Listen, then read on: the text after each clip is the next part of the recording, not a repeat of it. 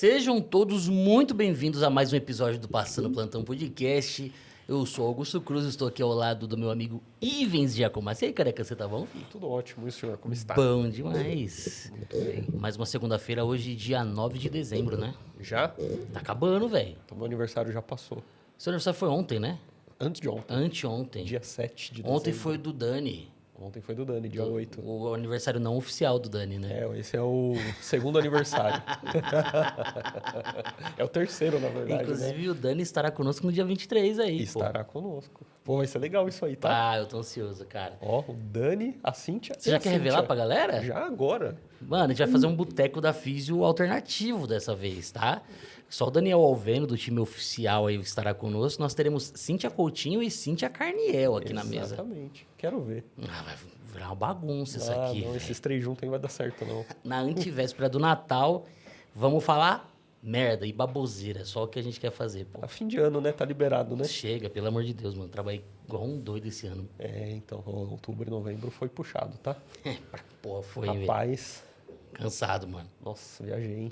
Ó, quero agradecer o pessoal aí de Campinas. Esse final de semana que passou, eu estive em Campinas, na especialização lá, falando com a galera sobre ventilação mecânica. Então, um abraço para todo mundo que estava comigo lá.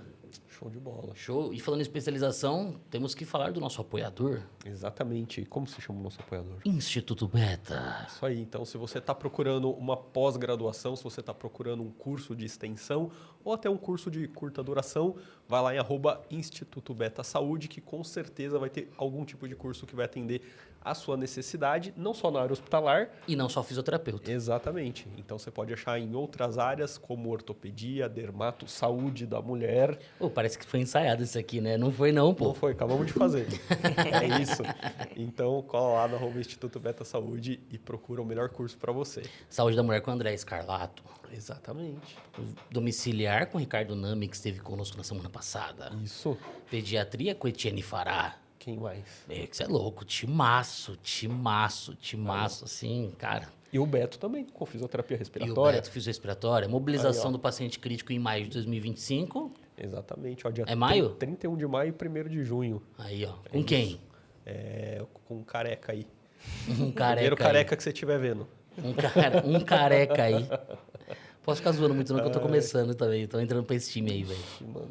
Ô, tô ficando chateado já, hein? Ixi, as entradas, hein? Ô, que entrada? Virou um portão isso aqui já. Ai, ai, ai. Te dar umas dicas.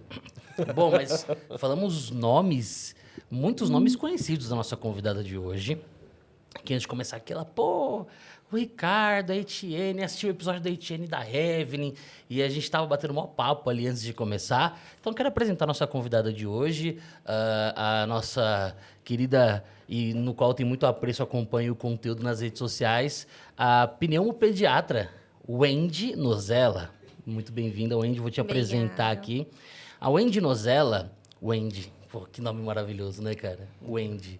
É por conta da Wendy? Do Peter Pan. É. Aí, cara, que demais, velho.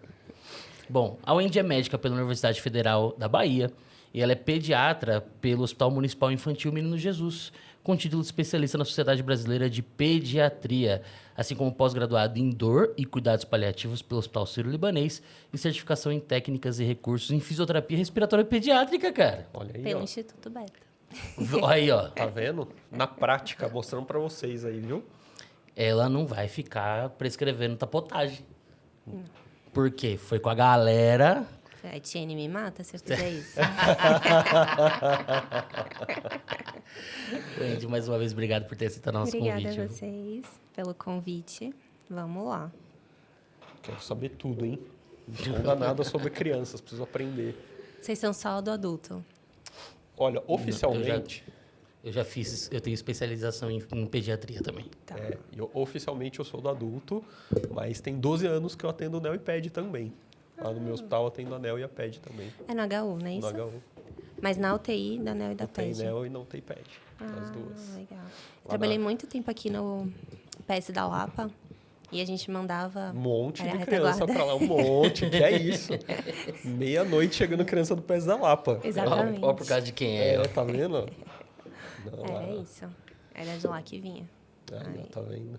Eu lembro da UTI de lá.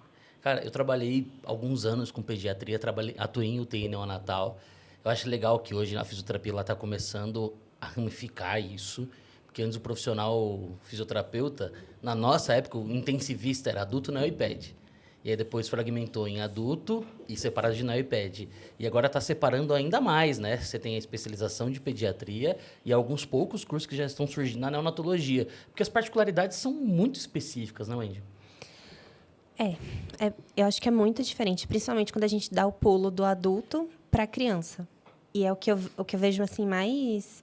que às vezes me incomoda é que as pessoas acham que é igual tratar. E não é.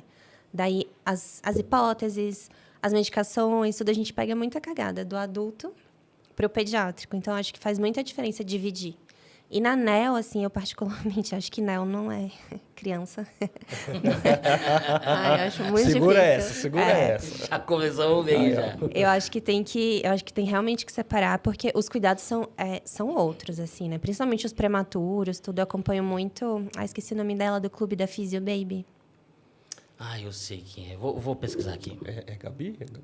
Eu acho que é a Gabriela. Ela fala muito da NEO e eu acho que é realmente muito diferente de quando a gente pega uma criança um pouquinho maior. Então, acho que é bem importante, assim. Até pra gente pediatra, geralmente não se mete muito. Gláucia Casemiro. Isso. A Gláucia. Isso. Mas é mesmo assim, em termos de manuseio, em termos de monitorização, em termos Parâmetro. de você diluir as medicações, é tudo muito diferente, muito específico, assim. E principalmente dependendo, assim, se é uma criança pré-termo, se nasceu a termo, dependendo do tamanho, de quantos meses, né? Então, muda muito. Muito. E o desfecho também muda muito a partir desse cuidado que vai ter. Então, quanto mais a pessoa sabe o que está fazendo, mais vai para frente. Então, acho que faz diferença. Uma coisa que me assustava assim, no começo da minha carreira com pediatria é as vastas possibilidades que a gente está falando desde 29 dias, né, até 17 anos. E 11 meses. E 11 meses e 29 Complexo. dias, 23 horas e 59 minutos. A gente está falando de um pulmão pouquíssimo complacente. A gente está falando de uma resistência de vias aéreas alta, característica ainda nos dias iniciais, ali no primeiro mês de vida. E a gente está falando de um pulmão adulto, já muito próximo ali aos 18 anos. E isso abre e amplia muito as possibilidades da assistência na pediatria, né? E para a pneumologia, então, imagino que tem um período ali de transição muito importante. Eu acho que tem, assim, principalmente quando a gente pega aquele prematuro, que antes era um prematuro, a ventilação era diferente, as abordagens eram diferentes. Depois do surfactante, das novas técnicas de ventilação, até a broncodisplasia, ela mudou. Aí a gente pega essa criança e depois a gente pega um adolescente que tem asma, que não adere às medicações, é ótimo, adoro adolescente. Que daí não adere, que já tem um pulmão mais diferenciado, que às vezes já tem uma perda de função pulmonar que você não vê na criança. E aí muita gente se perde nisso, assim, porque a prova de função não está alterada, então a criança não tem asma. Aí, porque parece que é tudo uma coisa só, mas não é. Cada um vai ter uma coisinha ali. E daí acho que faz muita diferença. Para mim, pelo menos, a primeira coisa que eu pergunto é a idade. Porque o que eu vou pensar vai depender muito. Se é um bebezinho ou se é um adolescente. Para a gente até daí de tudo, né? De doença infecciosa, doença intersticial, genética. A gente tem que sempre lembrar. Quanto mais cedo começa, geralmente mais grave é. Então, mais para outras coisas é. Então, isso é bem importante, assim, para tudo, eu acho, quando a gente está falando em pediatria. E peso, né? Que passou de 40 quilos, eu não sei mais medicar. Me lasquei, filho. Eu passei de 40 quilos faz muito tempo. E eu fiquei internado a primeira vez com 6 meses. Dose máxima. De quê? De problemas Calvície. respiratórios. Eu sou uma pessoa com asma. Genético. Sou uma pessoa com grave. asma. Então, internei a primeira vez com 6 meses. E aí, depois, obviamente, né, foi pra asma. Né? Sério, mano? Mas ficou ruinzão, assim? Cara, eu não sei o quanto eu fiquei ruim. Minha mãe que conta essa história aí. Eu preciso agora tirar detalhes maiores, ver se ela sabe mais detalhes. Mas a primeira vez que eu fiquei internado, eu tinha 6 meses. Nossa. E aí... Mas você sabe por quê, né? Você não tem cílio na via aérea. Então, pode ser. Não tem o quê? Cílio na via aérea. Será que foi o primeiro sinal? ela segurou agora, segurou. Pesquisei. A carinha dela foi muito boa agora. Ai, meu Deus do céu, como que eu vou sair dessa, cara? E aí eu virei o famoso bronquite asmático, conhece, né? O termo, né? Que era muito falado para as mães, né? Você era o bebê chiador. Era, provavelmente. E aí depois eu tratei bastante tempo com fazer inalação de resgate, basicamente esse era o tratamento. Ia no PS, porque não tinha inalador em casa. Chamava meu pai de madrugada e toma carro pro PS. E é engraçado que eu sempre conto isso, que eu aprendi a controlar a minha respiração. Eu lembro com 5 anos de idade, sentado no banco de trás, quietinho, assim. Controlando a respiração, fazendo freno labial. Tipo, o corpo, meu, aprende sozinho. É muito louco isso. É muito louco isso, como o bagulho te obriga. Da técnica que o Celso falou pra gente aqui. Ai, esqueci o nome. Tem que lembrar dessa técnica. Ele falou que tem uma técnica de controle de respiração que é validada, internacionalmente. Bem legal. E aí depois, assim, foi tratando como asma, mas sem fazer um tratamento efetivo, era mais sintomático. Só que daí eu fiquei um bom tempo sem ter nada, assim, fiquei muitos anos sem ter nada. E aí eu voltei a ter quando eu tava fazendo minha pós no HC. E eu tava passando na UTI da pneuma, chamei o Dr. Carlos Carvalho e falei, professor, como que eu faço no ambulatório da asma? Aí ele falou assim, não, vamos lá comigo, lá que eu te levo lá agora. Aí me levou pra fazer um inspiro, já pegou meu inspiro e falou, puta, se eu não tivesse visto, eu achava que era um velho esse negócio aqui. Nossa. Já acabou comigo.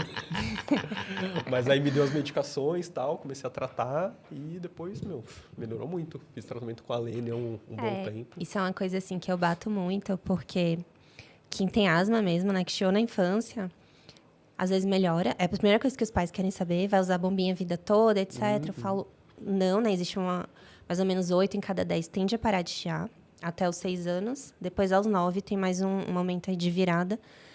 Mas quem é asma mesmo que chiou, passou dos 6 anos, pode entrar em remissão, mas volta. E daí, geralmente, volta mais grave. Então, tem que ficar bem atento. Porque não tem cura, né? E é isso que a gente tem visto, a flutuação. Aí, desses que voltam, 10% não vão chiar na vida adulta. Então, aí já inverte um pouco a proporção. Então, tem que ficar bem atento. Para o pessoal que está assistindo a gente e não consegue entender, porque o diagnóstico da asma, propriamente dito, ele é feito com a espirometria. Só que em crianças menores, a gente não consegue fazer espirometria por conta da forma como as técnicas de expiração devem ser feitas. Como funciona essa percepção clínica e essa hipótese de diagnóstico para essa população mais jovem e a condução, mesmo sem um exame funcional ventilatório? A gente acaba usando muito critério e muito eu falo para as mães assim, que às vezes elas me perguntam, mas na telemedicina, sem me examinar, você vai conseguir ver? A gente consegue pela história, que é o que a maioria das pessoas... eu vejo assim, eu atendo gente de todo o Brasil, atendo de alguns outros lugares do mundo. Estou com um paciente de Hong Kong com a Evelyn. Que legal. A gente está manejando junto online. E é isso, assim, é entender que tosse é aquela. Porque eu bato muito isso para os pais, não é normal tossir. Não é para a criança tossir e não é para essa tosse atrapalhar as atividades. Então, assim, criança tem que brincar e criança tem que dormir. Você está atrapalhando o sono, está atrapalhando a brincadeira, tem alguma coisa errada. E é a causa mais comum em pediatria. Então, a gente tem que pensar em asma, primeiro de tudo. Tosse arrastada, tosse que está atrapalhando a atividade, tosse que está atrapalhando a noite. E é incrível a quantidade de crianças que eu recebo que já trataram tudo, menos asma. Então, já trataram refluxo, já usaram antibiótico, já operaram adenoide, já operaram amígdala, já... Ai, nem sei mais o que o povo trata. É tanta coisa. Já trataram... Rinite, um monte de coisa. Mas ninguém pensou em asma ainda. Então, viu que... Aí eu vou perguntando, né? Vou pegando o histórico, vou vendo da família, vou vendo o histórico da criança. Porque daí a criança tem rinite, tem alguma outra coisa alérgica. E tá ali com essa tosse, tosse, tosse, e não melhora. E não melhora, e ninguém nunca deu bombinha. Ou então, a mãe, às vezes, fala, eu vi alguma coisa, fiz um aerolim e respondeu. Então, a gente olha a resposta ao beta 2, a criança que responde bem, o padrão da tosse, a crise da tosse. E o exame físico tem, assim, um adendo bem importante, que a maioria das crianças, elas ficam mais abafadas do que chiam. Então, pela própria força muscular, às vezes, elas costumam ter uma escuta mais diminuída do que aquele chiado mesmo que você vê. Então, daí o pessoal escuta, a criança está indo lá, já vi criança tossir até vomitar no pronto-socorro e o colega liberar com antialérgico. Porque estava abafado, não vai escutar sibilo. Então, é a história muito assim, prestar atenção na escuta, porque a maioria das vezes é isso, e a gente vai somando um critério. Então, o pai ou a mãe tiveram asma na infância, mais um. Exame de alergia positivos, tem dermatite atópica diagnosticada, teve alguma alergia alimentar ou sensibilização alimentar, chia sem estar com vírus. Aí eu vou somando tudo e eu vou olhando, ó, parece, e a gente trata. A recomendação do Pré-Oprigina é fazer o teste terapêutico. Então, para tosse crônica, produtiva versus seca, a gente vai ver o que é, e daí a gente vai testar e vai reavaliar. A criança respondeu, parou de tossir. O que a maioria faz? Suspende a medicação, porque está curada. Não. Então, assim, respondeu, falo mais a favor. Vou deixar, vou controlar para ir, daí eu tentar o step down mais para frente. Mas é muito da história, assim, é paciência para escutar, para perguntar para a mãe, perguntar ativo, perguntar para a criança também. Porque o adolescente, ele fala muito que está com dor no peito, a criança maior, no exercício. E daí a gente vai, eu já vi muita criança indo para o pronto-socorro com dor no peito, daí faz eletro, faz raio-x.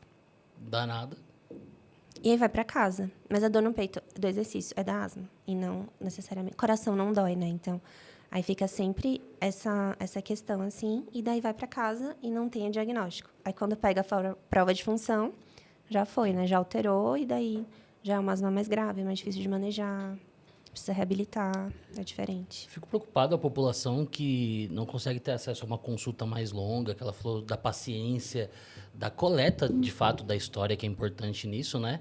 E uma gama da população acaba tendo consultas muito rápidas, né? E isso pode ser um empecilho muito grande para fazer um diagnóstico precoce e um controle, né? Eu fico preocupado com essas coisas assim. Eu tive sorte, mesmo no serviço público, por exemplo, Manuela tinha suspeita de ser portadora de asma com 6 anos de idade. E nós tínhamos ali, na unidade básica de saúde da região que a gente morava, uma consulta um pouco mais longa, uma pediatra que dava essa atenção. Então, foi solicitada a interconsulta com a pneumopediatra, foi solicitado mais piro. Eu tive essa sorte no SUS. Mas a gente sabe que, infelizmente, em alguns lugares, é aquela coisa mais batidona, assim, né? Outra coisa que eu acho também assim, é recorrência, de você ter a oportunidade de estar sempre com o mesmo médico em oportunidades diferentes. Porque, às vezes, no primeiro contato, no segundo, não está muito claro nem para a família, nem para o médico, né? E quando você vai ter essa recorrência, colhendo a história ao longo do tempo, de vários episódios de coisas assim, começa a ficar mais claro o que realmente pode ser, né? Acho que isso também é importante, né? E acho que é importante a gente também saber dizer não sei, preciso avaliar de novo, preciso acompanhar, porque o ambulatório te dá essa possibilidade, né? E o pronto-socorro não. Provavelmente você não vai ver aquele médico de novo, você não vai voltar. E daí as mães perguntam, porque deram de xarope, não sei o quê. Porque você tá ali, você tá com a queixa, ele vai tratar o que ele tá vendo naquele momento. É um recorte, né? Quando a gente consegue fazer o filme, aí é bem mais fácil de você pensar, reavaliar, falar, olha... ou não é, não tenho certeza. Então, acho que faz diferença, sim. Mas a gente ainda tem muitos bons serviços no SUS, né? Muito. O Menino Jesus, de onde eu vim, o pessoal da Pneuma é excelente. No MBoi tem um serviço muito bom também. Então, ainda tem lugares que a gente tenta, né, fazer. Você sabe uma coisa que eu tinha também? 2 coisas. Uma é que eu tinha muito início das aulas. Eu começava... com crise, e ia voltar das férias pro início das aulas, começo do ano. Malandro pra caramba. Achavam que era emocional. Começava o negócio assim, aí já começa esse negócio. Você e tem assim, asma emocional, cara? entendeu? Meu pulmão é emocionado, ele não pode ver uma aula chegando que ele já dá trabalho, entendeu? Tinha isso. E outra coisa, eu não sei se os pacientes que têm asma relatam, mas eles sabem que vão ter broncoespasmo? Já te relataram? Que eles sabem que vai começar o broncoespasmo? Eu acho que já começou, mas começou tão leve que eles já estão sentindo alguma coisa diferente, Os cara. mais velhos conseguem, mas a maioria das crianças não. Eu, com 7 anos, eu já sabia. Cara, até hoje é assim, inclusive. Começa a coçar nas minhas costas na altura da carina. Eu sei que eu vou ter, vai, ter o começo de algum sintoma. Nossa. Tipo, Mano, é muito específico. eu tava isso. sentado assim, ó, na sala de Vou aula, ficar atenta. eu começava a sentir, eu falava, puta que eu pariu, não vai dar tempo de ir embora, eu tenho que chamar minha mãe pra vir me buscar. Eu já pensava nisso. Aí chegava no fim da aula, andava até a porta já... Eu chamava o professor e falava, você pode ligar lá pra ver se minha mãe pode vir me buscar, porque eu não vou aguentar andar até em casa. Imagina uma criança de 7 anos. Mãe, eu tô com coceira na Karina. Fala, quem é Karina, filho? Coça logo essa menina, pô. Tá vendo gente morta, porra? Cara, era muito, muito louco isso, cara. Eu sentia Muito. assim. E às vezes, sabe que quando eu tava em casa e eu já tinha inalador, aí eu já deixava a inalação pronta, que eu falava assim, qualquer momento vai vir. E daqui a pouco vinha. Aí eu só pegava o inalador e colocava. Loucura, cara. Esse é muito específico esse. Você falou de inalação. Que pé que a gente tá com as inalações, assim, no pronto atendimento? Porque eu ouvi alguns boatos de Berotec, de Atrovente. Mantém ainda, tranquilo, essas prescrições no pronto atendimento? O Berotec em si saiu de linha, né? Mas a gente ainda tem o fenoterol. Só que por tanto efeito colateral, assim, de tremor mesmo, ele não era tão seletivo quanto o salbutamol. Não tem usado tanto, mas assim, a maioria dos serviços públicos aqui em São Paulo, pelo menos todos que eu passei, que eu já trabalhei, a gente já está usando o puff. Não tem usado mais inalação. O Atrovente ainda usa muito inalação, alguns hospitais particulares têm, mas o resto é basicamente só puff. Lá no HU a gente usa puff de salbutamol e usa Atrovente inalação mesmo. Quando eu A gente vim- tem o puff também, mas usa mais nos adultos o puff de Atrovente. Nas crianças, eu ainda vejo que o pessoal prefere, às vezes, inalação. Mas, assim, eu vim de Salvador em 2017. Eu cheguei aqui e já tinha puff para todo lado. Eu nunca tinha visto aquilo. Eu não sabia o que era. Eu ouvia as pessoas falando, na passagem, nos primeiros dias na residência, a gente fez puff. Eu ficava assim, o que é isso? Então, não é ainda... Acho que agora lá já deve estar bem mais comum, mas não é em todos os lugares. Ainda tendo gente que faz inalação mesmo, com salbutamol, que ainda não Primeira chegou vez que eu lá. usei a famosa bombinha, né? Que é o puff, acho que eu tinha uns 8 anos, bombinha de Berotec. Cara, é incrível. Bombinha de Berotec, eu nunca vi. A primeira que eu usei foi Berotec. Não Mas tinha dá uma tremedeira também? menos que a inalação, mas, cara, o efeito é extraordinário, é muito rápido. Cara, você não tirou o negócio do rosto ainda e você já tá sentindo um alívio. O negócio era muito pauleira, tanto que tinha o medo, né, da galera viciar, né? Não era que era viciar, é que o efeito era tão bom, você sentia um alívio tão grande que você não queria passar pela falta de ar. Então, qualquer Isso. coisinha que você começava a sentir, você falava, traz minha bombinha, tipo, porque eu não quero chegar no estado ruim, né? Tipo, esse viciar é isso, é o cara não querer se sentir mal, né? Exatamente. E as mães têm muito medo disso ainda, né? Perguntam se vai viciar, etc. Mas é justamente isso. Quando a gente não trata, não usa o corticoide, então a criança sempre está em crise, sempre tem. Então, às vezes eu brinco, eu costumo atender numa sala, atende do lado. Então, às vezes eu avalio a criança, vejo que está em crise, eu passo para ela. Ela atende, a criança volta a outra. Assim, a criança estava caidinha, cansada, e a mãe fala assim, nossa, o que aconteceu? Eu falo, abriu. Aí, a gente usava muito e não tratava. Aí, uma hora, a sensibilidade cai, né? Faz o down, regulation, para de agir, e daí a pessoa tem uma crise grave e não tem o que usar. Aí a pessoa falava, olha, viciou e morreu. Não é isso, né? Parou de funcionar. De tanto que usou. E era isso exatamente, era muito bom. Só que daí, cada vez você tinha que usar mais doses, mais altas para conseguir o mesmo efeito. Você ficava com a bombinha, você não queria largar ela. E aí, ficava difícil. Mas tratando, dá pra equilibrar. Olha, você vê, na bombinha eu não usei tanto, então, porque eu nunca cheguei, assim, a sempre sentir o efeito potente, assim, mas inalação, eu já cheguei a fazer inalação com 12 gotas de Berotec, cara. Nossa. Caraca, É velho. muito Berotec. É muito Berotec. Tipo, normalmente são 2 gotinhas, assim. 2 a 3 gotas. Cara, tipo, eu fiz com 12 já, assim, numa época. Essa época tava, assim, tipo, bizarro. Você virou o esquilinho do Deolocando Chapeuzinho, que sai pingando pra todo lado lá, velho. Cara, meu, bizarro, cara. Ah, 12 gotas, cara. Tá Nossa. louco, mano. Não, e é o que você falou. Você tem aquele tremor aqui, assim, né? Você sente... E, meu, é uma surra que o externo toma do coração, bicho, porque, meu, Por quê? bate muito forte, É cara. beta-adrenérgico, Berotec? É Beta 2 adrenalina. Beta Louco, 2. cara. Beta 2 de curta. Você é louco, velho. A ação é muito... Não, acelera na hora, na hora. Que é outras coisas que as mães têm medo, né? Porque a criança já bate mais rápido. E a gente não tem noção disso quando ela tá bem. Daí é só fazer a bombinha, que parece que... Aí vai para os seus 180, elas ficam, doutora, isso não vai dar nada no coração, e etc. Eu falo, não, pode ficar tranquila. Porque em 5 minutos é para passar, né? É para o efeito acabar e ficar só ali no pulmão. Mas eles têm muito medo disso, de dar bombinha. E eu tava falando hoje com o físio do Rio, que me ligou para falar de um paciente. Aí ele viu minha prescrição e falou, doutora, eu fiz os puffs, mas eu fiz tudo a metade do que a senhora tinha colocado, tudo bem? Aí eu falei, não tem problema. Mas assim, eu não tenho medo de usar bombinha, porque tem muito menos efeito colateral do que a gente usar a medicação oral. Aí eu falei, então, eu vou tranquila. Aí ele falou, não. Aí eu expliquei, a gente conversou, ele falou, não, na próxima vez eu vou fazer o que tiver escrito. Eu falei, combinado. Porque ele achou muito, assim, os puffs, mas ok, tem... E principalmente dependendo do tamanho da criança, não entrega tudo. Cada puff não entrega tudo. Porque chora, vira o rosto, mexe. Mais ou menos 30%, 20% a 30% é o que entrega. Tem um estudo bem legal que o pessoal da USP fez, que chama salbutamol. Altas doses são seguras, baixas doses são efetivas. Então, quando a gente entrega bem, 2 puffs, teoricamente, são suficientes. Com espaçador, técnica boa, bonitinho.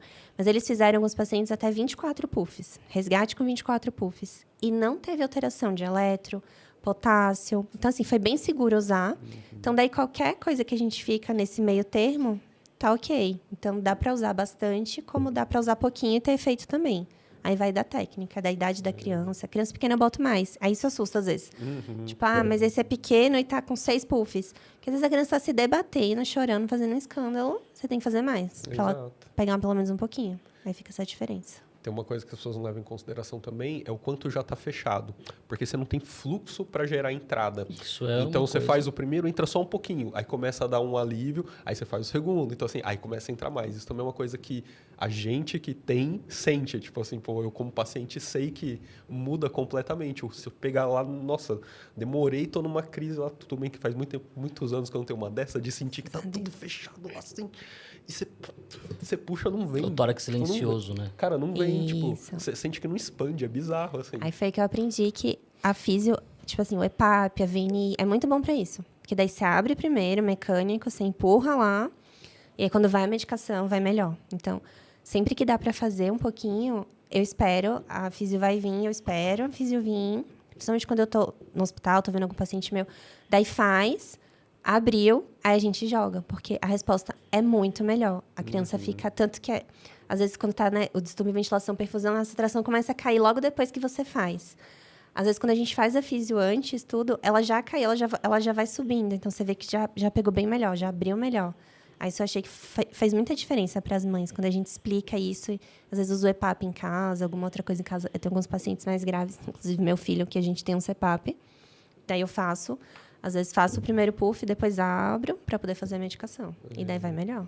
Isso ajuda. Às vezes no hospital, quando vai fazer aquela sequência, né? Tipo, de 3, assim. Aí eu deixo fazer a primeira, aí eu vou entre a primeira e a segunda. Aí, quando eu tô terminando, já faço a segunda e deixo para as meninas fazerem a terceira lá, assim. Exatamente. Já dá uma ajudada legal também. Dá. Senti você com o coração lá no pediatria agora, cara. A A Bia já tá toda orgulhosa de É te que ouvir depois de aqui 12 já. anos você aprende, né, pô? A esposa dele é fisiopediátrica. Tá Depois de 12 anos você aprende a atender as crianças, né? Pô? Ainda mais. E quando é asmático, cara, é engraçado. Quando eu falo para as crianças, eu falo assim, eu também tenho asma. Elas olham com uma cara assim, é mesmo? Tipo, as maiorzinhas assim, eu sabe? ficaria assustadíssimo. Eu Aí- vou ficar assim? Então, tem uns que eu zoo.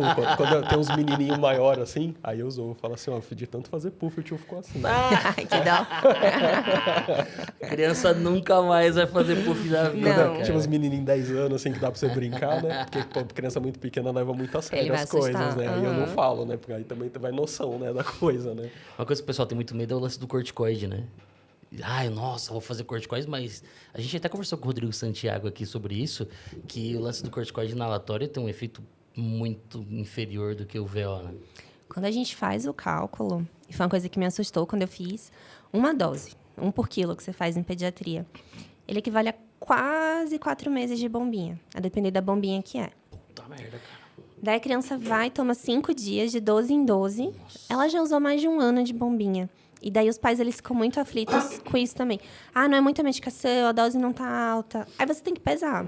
Tipo, eu vou deixar ter crise e vai usar Predzin, ou eu vou aumentar a bombinha e vou tentar segurar esse efeito colateral. Então, assim, eu tenho pacientes que internavam muito, tudo. Às vezes chegam com cortisol zerado. Daí começa a subir, depois que a gente vai controlando. E mesmo com doses altas de bombinha, o cortisol começa a subir, porque parou de usar oral.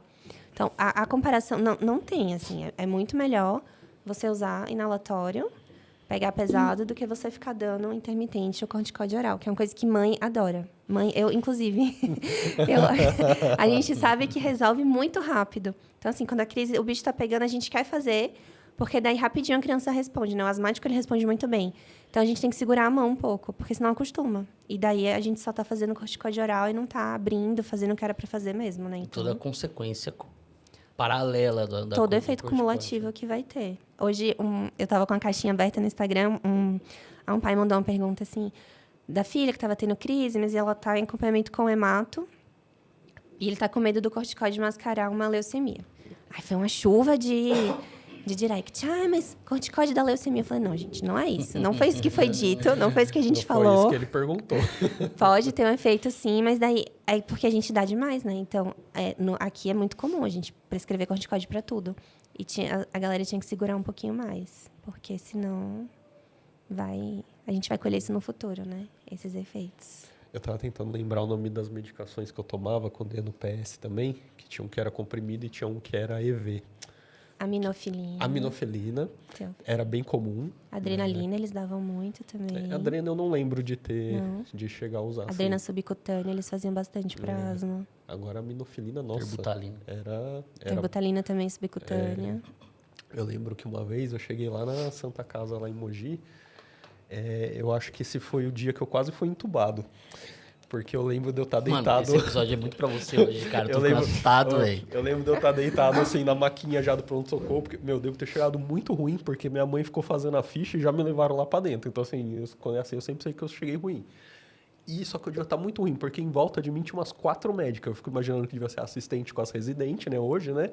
Sim. E elas me olhando com uma cara assim, tipo... E agora? Vai nós vamos dar uma chance ou nós vamos entubar esse menino? Eu tô imaginando o que elas estavam pensando. Eu era pequeno, não lembro. E eu falei pra elas assim, tia, é só fazer inalação que melhora. Olá. Ela falou assim, é? Daí eu falei assim, é. Eu falei assim, então vamos fazer uma inalação, vamos ver como que ele fica. Aí no meio da primeira inalação, ela veio ver assim, eu já tava... Melhor. Tipo, 80% melhor dela. Tá indo bem, só continua aí. Faz mais 2 aí antes da gente reavaliar.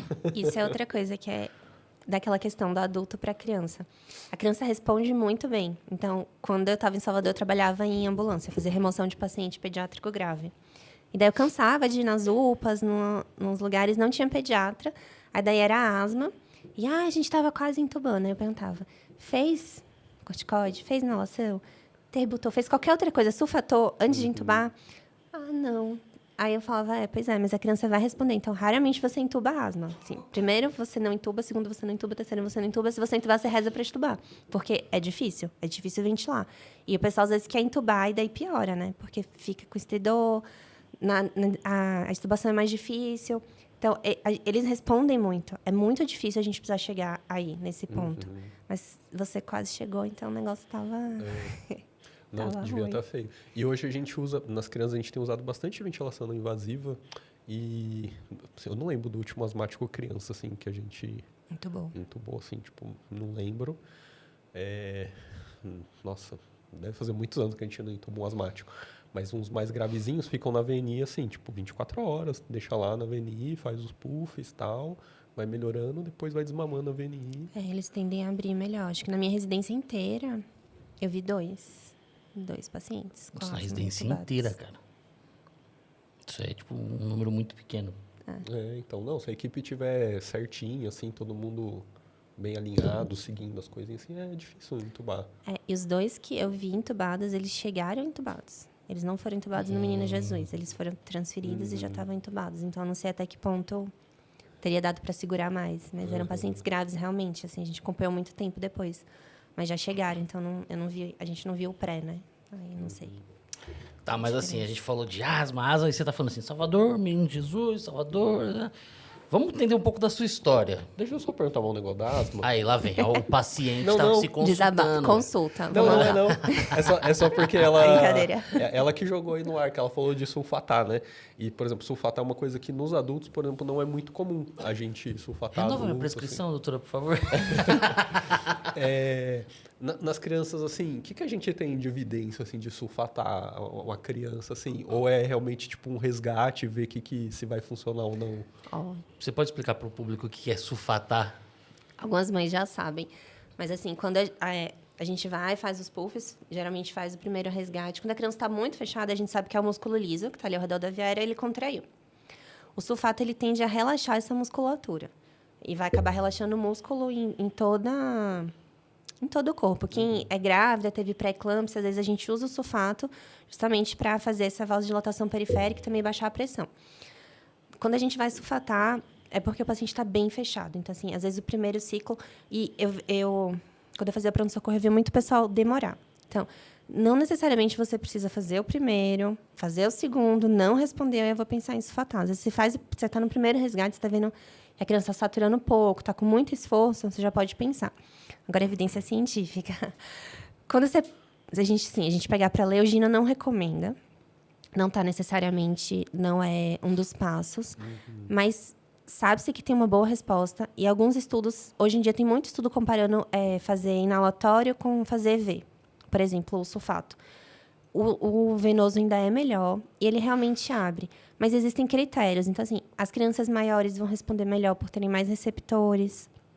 Os pacientes, a gente tem que hidratar, às vezes fazer lento para não dar hipotensão. E tem estudos assim com doses muito altas, com muito boa resposta. E eu vi isso na prática, eu estava de plantão aqui na Lapa uma vez. Peguei um paciente, fui dormir, fiz minha parte, fui descansar. Aí a colega veio para mim com um olhão, assim, ela falou, acho que eu fiz cagada. Eu falei, que foi? Eu sulfatei, só que ela sulfatou com 50% ao invés de 10%. Então, ela fez 5 vezes a dose que a gente faria. Aí, daí, a gente passou a noite acordada, sentada do lado dele. Eu falei, não, vamos ficar aqui. E o menino ficou ótimo, assim. Ele estava pulando, ele estava tranquilão. A gente vendo... assim, aí eu fui estudar. Eu falei, não, vamos olhar o que tem. Aí, a gente conversou com o pessoal da UTI, lá do HU. Eles falaram, não, tem alguns estudos e tal. Então, assim, tem evidência, mas não é uma evidência muito forte. E não é tão comum o pessoal usar. Porque em outros lugares, eles têm outros recursos. Então, assim, salbutamol venoso não é muito comum você encontrar aqui. A gente usa bastante, contínuo. Exatamente, mas assim, nos hospitais públicos, por exemplo, ainda tem muita terbuta, pronto-socorro às vezes nem tem nada. Então, assim, o pessoal não conhece muito, daí acaba fazendo mais sulfato. Mas em outros lugares é melhor você entrar com beta-2 venoso, já põe na VNI, então já são outras medidas. Mas eu já usei bastante e responde. Que é o sulfato de magnésio, né, geralmente, né? Ou é o único que tem? Tem algum outro tipo? Não, é o magnésio, né? Magnésio. E sabe quem que odeia fazer salbutamol EV? Quem? As técnicas. Você já viu tanto de ampola? Não vi. Rapaz. Acho que eu nunca vi salbutamol EV. Esses dias as meninas quebraram lá no hospital 200 e tantas ampolas para fazer a diluição da criança lá. Porque é umas ampolinhas pequenininhas. Isso, aí vai ficar. E aí fica contínuo. Aí você bota lá no sorão lá e fica contínuo lá na criança. Que tranquilo pro pessoal da enfermagem, mano. Tranquilaço. Sabe aquele cálice?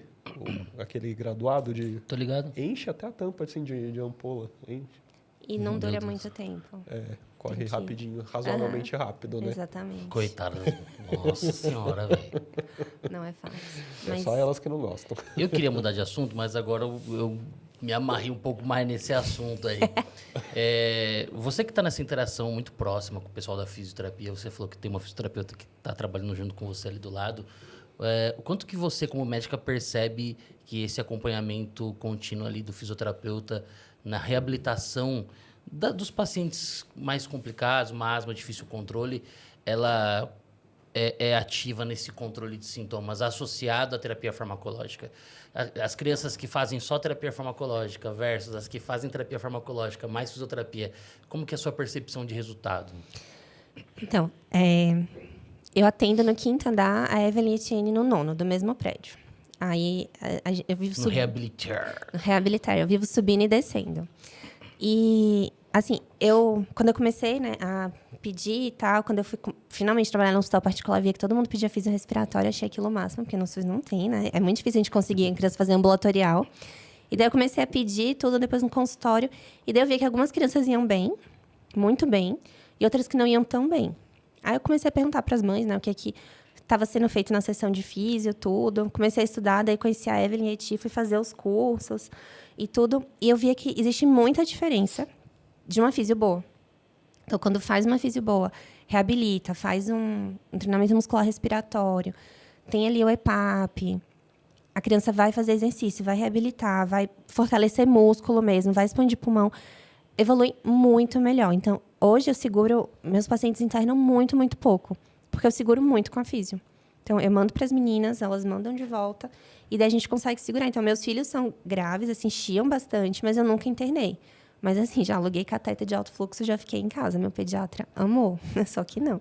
Mas...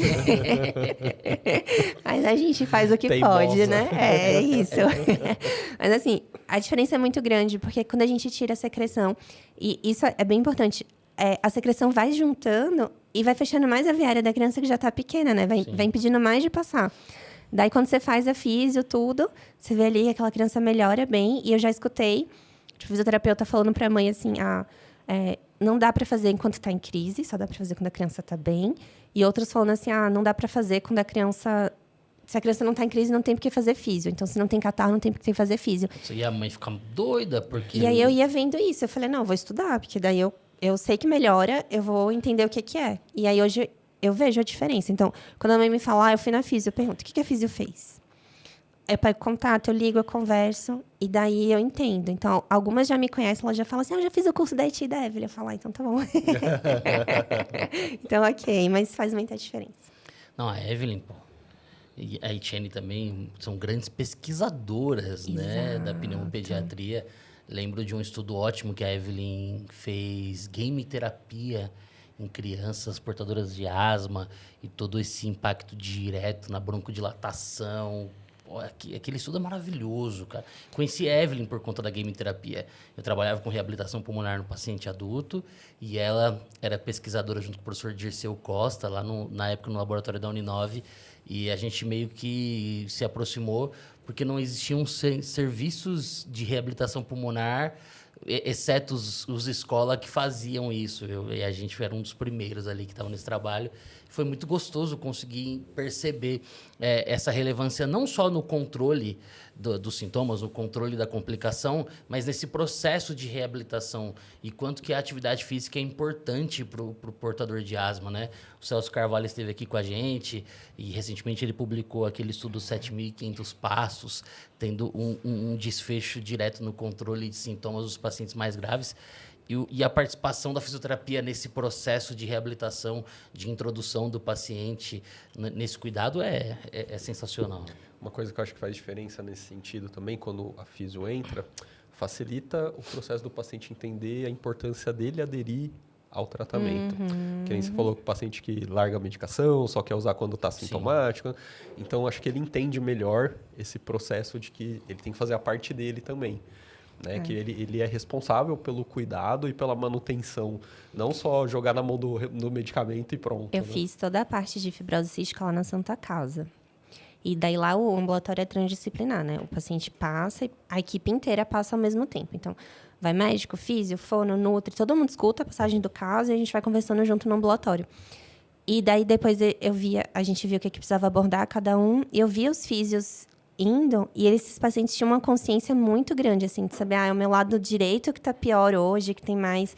Eu achava aquilo muito legal, porque eles fazem físio desde que eles nasceram, praticamente, né? O tempo inteiro. A coceira na carina, velho. Exato. Que isso, eu começava a perguntar. É autoconhecimento. Foi o que eu falei, assim, fazer freno labial é automático. Você começa a ter falta de ar, você faz sozinho. Ninguém tinha te ensinado isso? Eu nunca tinha visto alguém fazer na vida, ninguém tinha nunca me falado. Quando eu vi na faculdade o que era, eu falei, mano, eu faço isso desde criança. Eu falei, professor, fazer isso aí sozinho. Tipo, é bizarro, cara. É muito doido. Vocês têm usado o PicFlow para acompanhar essas crianças asmáticas aí, para ver quando começa a cair, para já ficar alerta ao tratamento? Então, o Gina trouxe 2 mudanças esse ano, uma foi incluir a reabilitação pulmonar, né, como recomendada, evidência. Incluíram, assim, né? Nem passou raspando. Citaram assim. que existe, já é um começo. Não tinha nada disso. Obrigado, Gina. Passou só raspando aqui. Exatamente. Obrigado pelo pouco, Gina. Pelo mínimo. Mas é porque eles não são brasileiros, gente. Sim. Eles vivem uma outra realidade. E eles finalmente reconheceram o PicFlow como um potencial fonte para diagnóstico da asma, né? Então, eu acabei trabalhando muito sobre o PicFlow esse ano. Eu fiz um curso do PicFlow, justamente para as mães terem em casa o dispositivo, para a gente poder ter essas anotações e conseguir fazer. Porque o Gina, reconhecendo isso... Porque, assim, gente, Espiro, quem é que faz, sabe? Quem é que faz em criança? Não tem. A maioria dos lugares vai fazer acima de 8 anos. Não vai fazer bem feito. A criança vai ter que fazer 2, 3 vezes. Então, assim, eu ensino bem a usar. Eu faço junto com eles. E as mães têm tido uma resposta muito boa. Elas estão muito tranquilas. Porque, assim, elas veem a crise antes da crise. Exato. Sim. Porque já cai. Então, assim, eu acho fantástico. Você já ajusta a medicação antes da Lá coisa. em Salvador, no meu internato, a gente usava muito, Eu assim, usava já. Piquiflu em 2012, cara. É isso que eu ia falar. 2014, a gente já usava lá no internato. Então, achei muito legal quando agora eles reconhecerem e trazerem. Então, acho que vai ser... E é um método super simples para a gente poder acompanhar. É barato, é acessível.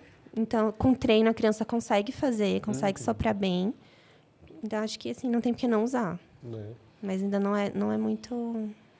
E essas Inspira aí tem uns joguinhos muito chatos, cara. Ai, tem joguinho pra criança. Porra, uns joguinhos chatão. As crianças não se interessam por... A maioria é de fazer o avião decolar. Ah, não. Mas já tem evidência que piora, né? Que causa... Aí, ó. Que, assim, as crianças tendem a ficar piores fazendo. Desmaiam mais, tem mais sintomas, porque elas exigem mais. Tá vendo? O jogo é isso, ninguém quer perder o jogo. Cara. Todo mundo quer ganhar, seja a qualquer custo. Ela fez eu lembrar, quero inclusive mandar um abraço para a família do professor Leslie Andrews, que era lá da Unasp, foi meu professor de graduação, depois a gente foi colega de trabalho. Leslie era educador físico e depois ele foi trabalhar com fisiologia, ele era um fisiologista do exercício lá da Escola Paulista. E o Leslie está contando que, inicialmente na carreira dele, nos primeiros anos de recém-formado na educação física, o Leslie, inclusive quero mandar um abraço para a família, o Leslie nos deixou esse ano, mas ele contava que ele contava em sala de aula, eu dava muita risada, cara, que ele foi trabalhar numa escola de educação infantil, mas com aquela molecada da idade pré-escolar, assim, né? Que a gente sabe que o centro de controle respiratório e córtex está numa treta gigantesca. E aí ele falou que teve um dia, no primeiro ano de trabalho, que ele colocou as crianças para ficar soprando folha sulfite para cima. Quem segurava mais tempo, ele falou que caíram 3. Exato. Ele falou, Caiu "Meu a folha Deus a criança." do céu." E hoje ele entende o aspecto da ventilação, do pré-escolar, principalmente esse conflito do córtex, de quem vai mandar mais. Cara, ele contava isso aí na aula de fisiologia, pô. Nossa, eu ria tanto. E hoje ele é um dos maiores fisiologistas que a gente tinha aqui, né, no estado de São Paulo. Então, eu quero mandar um abraço para a família do Leslie e lembrar esse pequeno detalhe, esse singelo detalhe que fazia a gente rir muito. Um abraço aí para a família do Leslie. Não sei nem porque eu contei isso, cara. Por causa das espinhas. Ai, velho. Pô, mas lembrei disso. As crianças, apagando. Foi 3, assim, uma atrás da outra. Cara, eu tava tentando aqui achar o nome da técnica que o Celso falou, não consegui achar. Alguma coisa com K, cabuto, cubota, sei lá. Algum negócio assim, não consegui. Acho que era com bota. É alguma Que a coisa gente assim. tirou sarro, fez um trocadilho. Então. Um trocadilho horroroso. Imagina. Dá uma raiva quando Com você quer achar um Celso negócio. Carvalho. Depois eu fico meio arrependido de ter feito esses trocadilhos. Só sai de casa. Tem problema. Tá, vamos lá. O Andy, que estudou na Bahia e em São Paulo. Você é da onde? Eu sou de Salvador. De Salvador. Nasci lá e morei a vida toda. Vim pra cá fazer residência. Show. Mas por que medicina? Como foi a sua escolha pela profissão? Depois, por que pneumo, PED?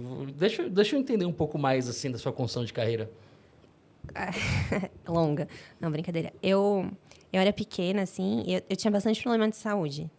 Minha mãe fala, assim, que já foi desenganada por vários médicos, de que eu ia morrer, tudo. Eu tive uma PLV grave, hoje a gente sabe o que eu tive. Só que eu não conseguia melhorar, e teve uma médica que falou pra minha mãe, olha, ela vai morrer. Meu Deus. Aproveita a menina. Aí era PLV, né? Eu tomava uma madeira batida de frango com óleo e arroz. E daí minha mãe fala que pegou, me levou pra casa, me deu um copão de leitinho e falou assim, vai morrer mesmo, né? Então vamos deixar e tal, aproveitar. E daí eu fiquei bem, melhorei, como eu ia melhorar. Mas assim, eu ia muito pro Nossa, hospital. a Nestlé vai usar você como... Ai, você garota propaganda, né? lá. Nestlé me nota. E daí... Fui curada pela Nestlé. Não, gente, não fui. A Sociedade Brasileira de Pediatria olhando. Olha lá, né? Não, aí eu passava muito tempo no hospital. E eu amava ir pro hospital. Eu olhava assim, eu achava o máximo. Eu lembro que no hospital que eu ia, quando eu morava em Natal, tinha uma escada rolante, assim, ele era toda de vidro. Eu falava, nossa, eu queria passar o dia aqui, eu achava lindo. Então, eu tinha uma coisa, assim, eu gostava muito de ir pro hospital, eu adorava aquilo. E daí, quando eu fui crescendo e tal, eu falei, não, vou fazer medicina. Eu gosto de estar ali, eu gosto de lidar com essas coisas. E aí, foi por isso que eu escolhi. Acho que por ter sido paciente muito tempo. Isso foi bom. E daí, eu fiz lá.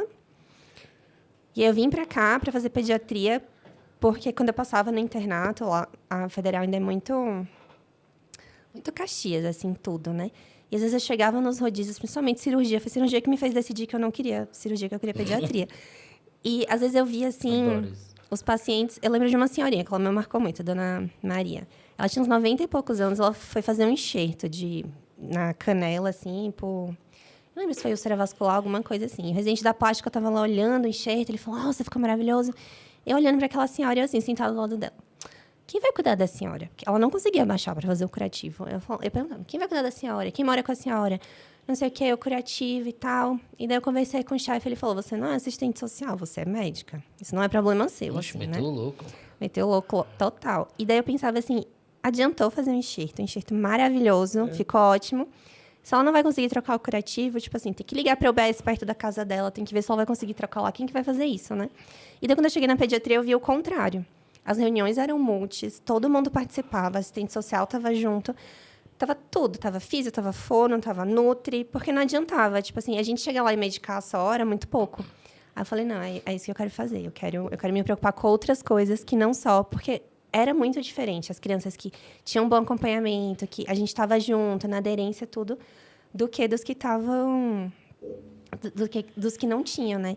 Então, eu falei, não quero ser cirurgiã, eu quero fazer pediatria, eu quero isso aqui. E é muito mais fácil na PED, a gente envolver outras áreas, envolver os pais, os próprios cuidadores, acho que já ajuda. Então, aí eu acabei escolhendo pediatria por isso. Mano, muita vibe Pat Adams, né?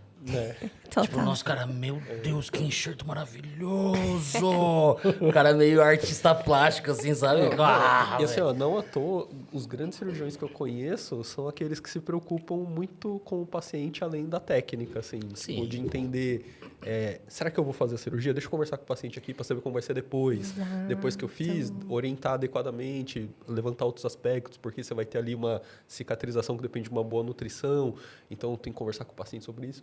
Pô, os grandes cirurgiões que eu conheço são esses caras, assim, que se preocupam com o todo e não só com o que ele fez, na verdade. Vai nessas grandes clínicas de cirurgia plástica. É interdisciplinar, cara. Tem todos os profissionais ali dentro do cuidado do mesmo paciente. Não dá para um profissional só fazer a técnica ali e ver se vai dar certo. Ainda mais nesse aspecto estético. Se não der perfeitamente certo, é ruim para eles. Então, eles entendem essa participação trans da coisa, né? Aí, eu acabei a PED, fiquei patinando um pouquinho, assim. Decidi que não ia fazer residência, que ia tirar um ano sabático. Porque eu não sabia direito o que eu queria fazer na residência, na próxima. Daí, conheci meu marido, engravidei.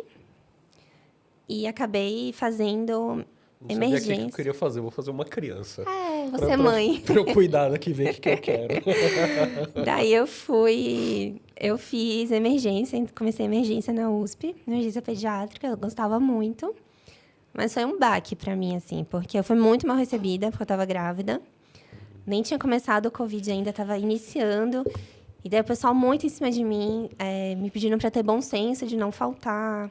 Perguntando, sei lá, quando você voltar da licença, quem vai ficar com o seu bebê? Você tem que estar aqui às 7 da manhã. A gente não vai aceitar atraso. Eram coisas assim.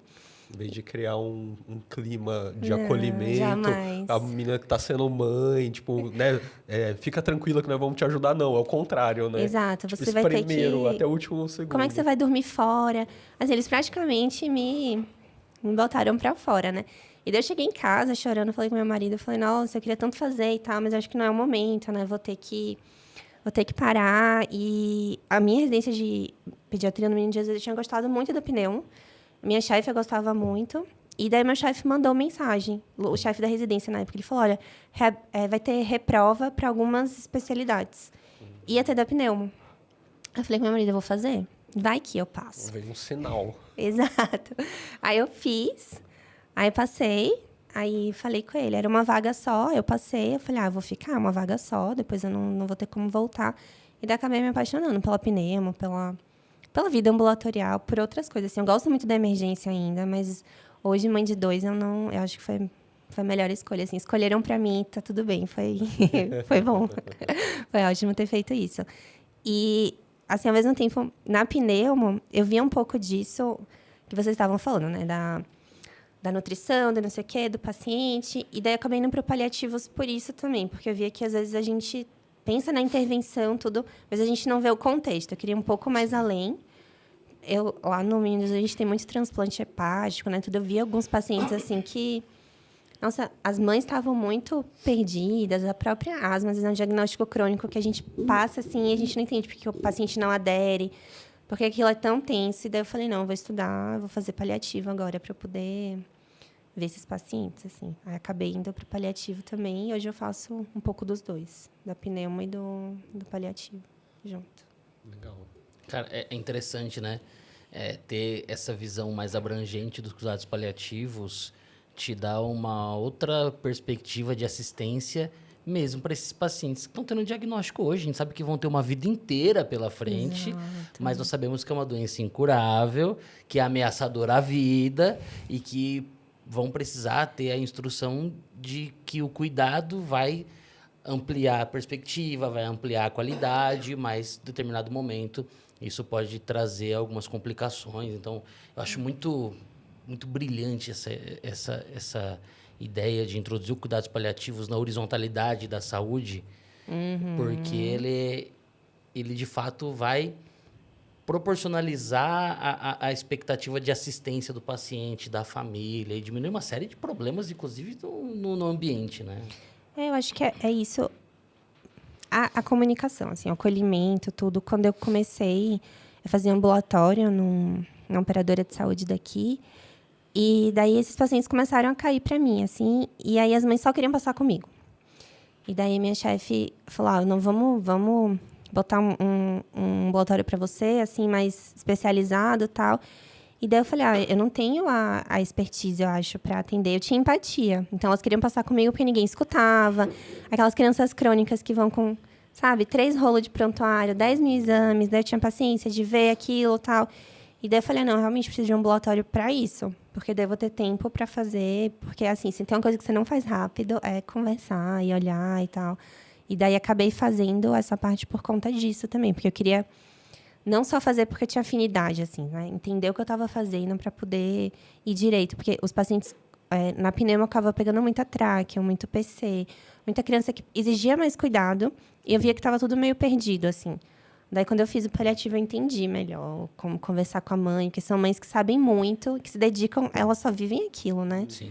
Aquela criança, aquele cuidado. Então, é bem importante conversar. E aí, isso me ajudou na asma, em outras coisas. Porque daí a gente vai... tendo a sensibilidade de dar um diagnóstico, de ouvir a mãe. Muitas mães choram no consultório quando tem o diagnóstico, qualquer coisa assim. Então, isso fica mais... É outra prática, assim. Acho que todo mundo tinha que ter uma noçãozinha de... Comunicação de más notícias. Exato. O Dani adora falar disso com a gente aqui. Quando você fez cuidados paliativos, era mais voltado, assim, geral, mais adulto, mais criança? Eu fiz só o pediátrico. Só pediátrico. Então, era bem focado nisso, assim. É que tem muita particularidade, né? Tanto legal quanto do grupo, né? Porque você não faz com a criança, com o paciente em si, né? O envolvimento da família, acho que é bem maior, as decisões, tudo. Então, o foco é um pouco diferente. Tem uma noção do adulto, mas eu acabei fazendo pediátrico mesmo, que era o meu público.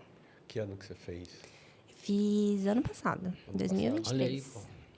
É bem recente.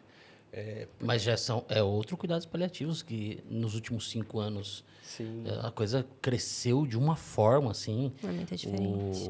A produção científica, as discussões, a divulgação científica dos cuidados paliativos, os últimos 5 anos fez uma linha vertical, né?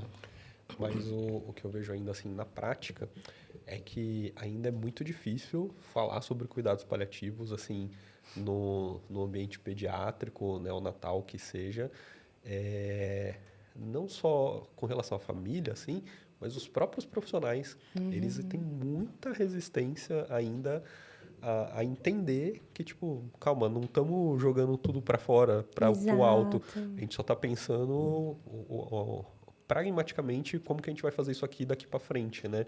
Como que a gente vai pensar em intervenções, em cuidados e como que a gente vai agir né? E até conversar, porque às vezes parece que a conversa consegue ser mais aberta, mais franca, mais direta, consegue se falar mais, quando você tira isso assim da frente. Mas eu vejo muita resistência ainda. Mas o problema é que os profissionais da saúde que não têm o conhecimento de CP, eles acham que cuidados paliativos é processo ativo de morte, cara. E uma coisa não Isso, tem é nada a fim ver de com a vida. outra, cara.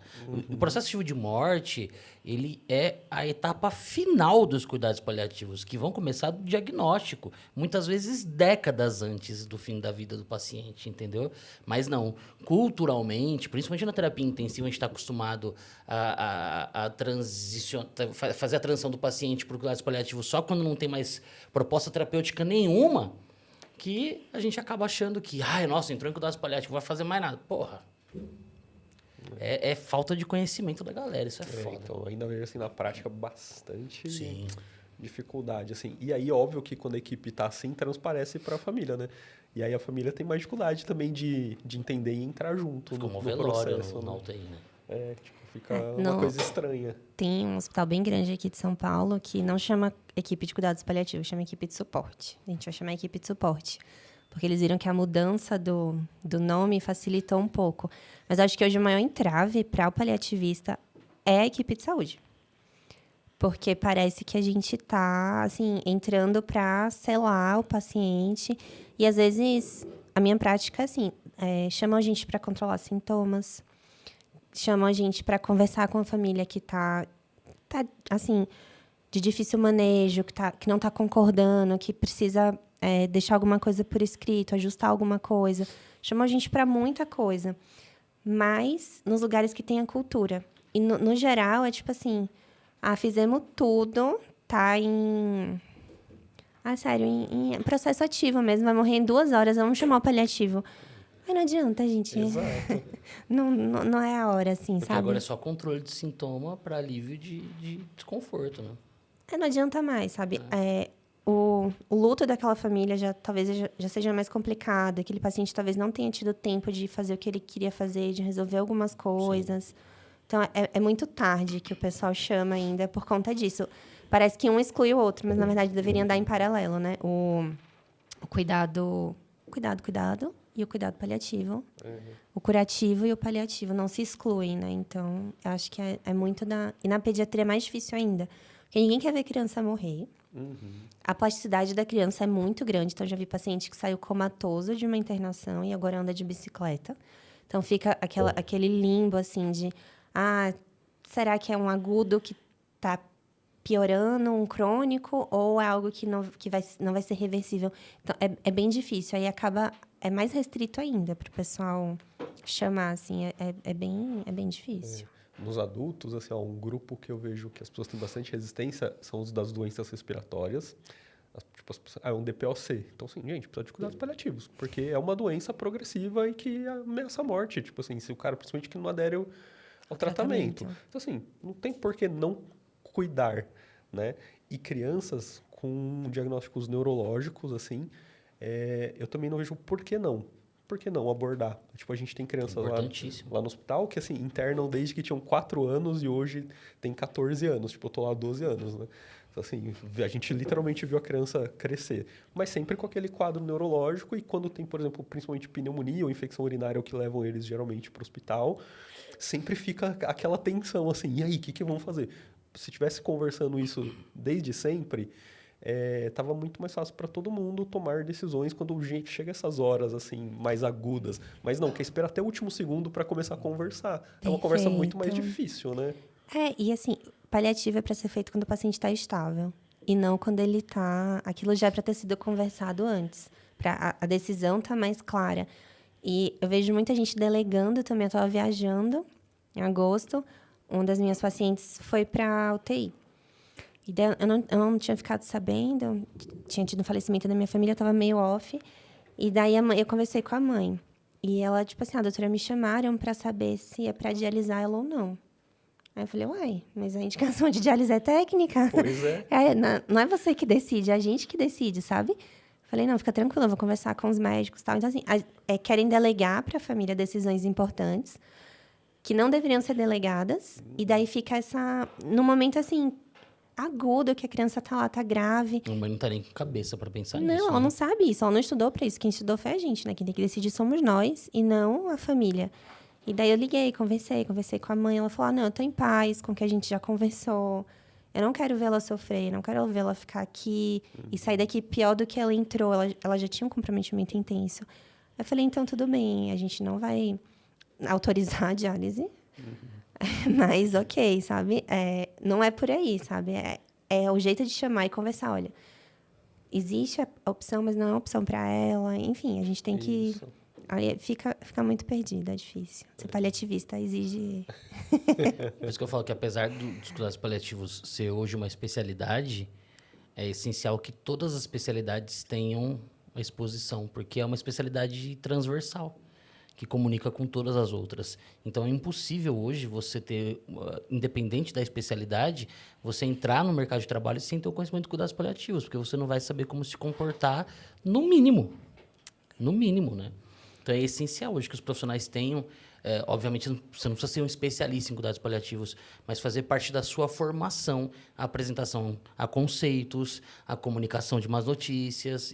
E o paliativo, ele é acompanhado pelo capacitismo, né? Vem do outro lado. Sim. Porque daí, às vezes, esse mesmo paciente neurológico, ele interna, e aí daí, tudo é porque ele é neuropata. Não, ou é o oposto. Então, não vamos investir porque... Tipo assim, sabe, esse paciente não tem prognóstico e etc. Aí daí fica tipo um desbalanço, né? De qualidade de vida, de possibilidades.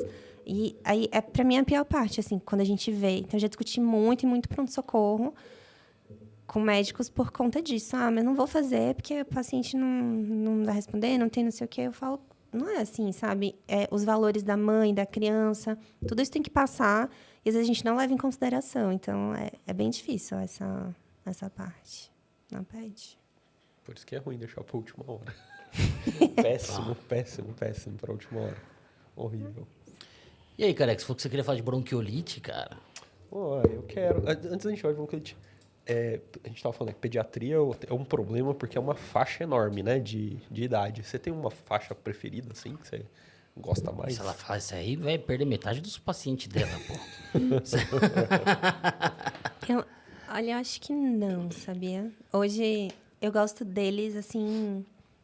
Me acostumei. Eu realmente não gosto de recém-nascido. A faixa dela é de Só os 29 RN dias que a não. 40 quilos. Amigo. É tipo isso. Só os RN que não. Deixa os RN de lado. Mas é que alguns a gente vincula, né? A gente atende já há tantos anos que a gente vai crescendo e vai conhecendo. Eu não tenho muita preferência, não.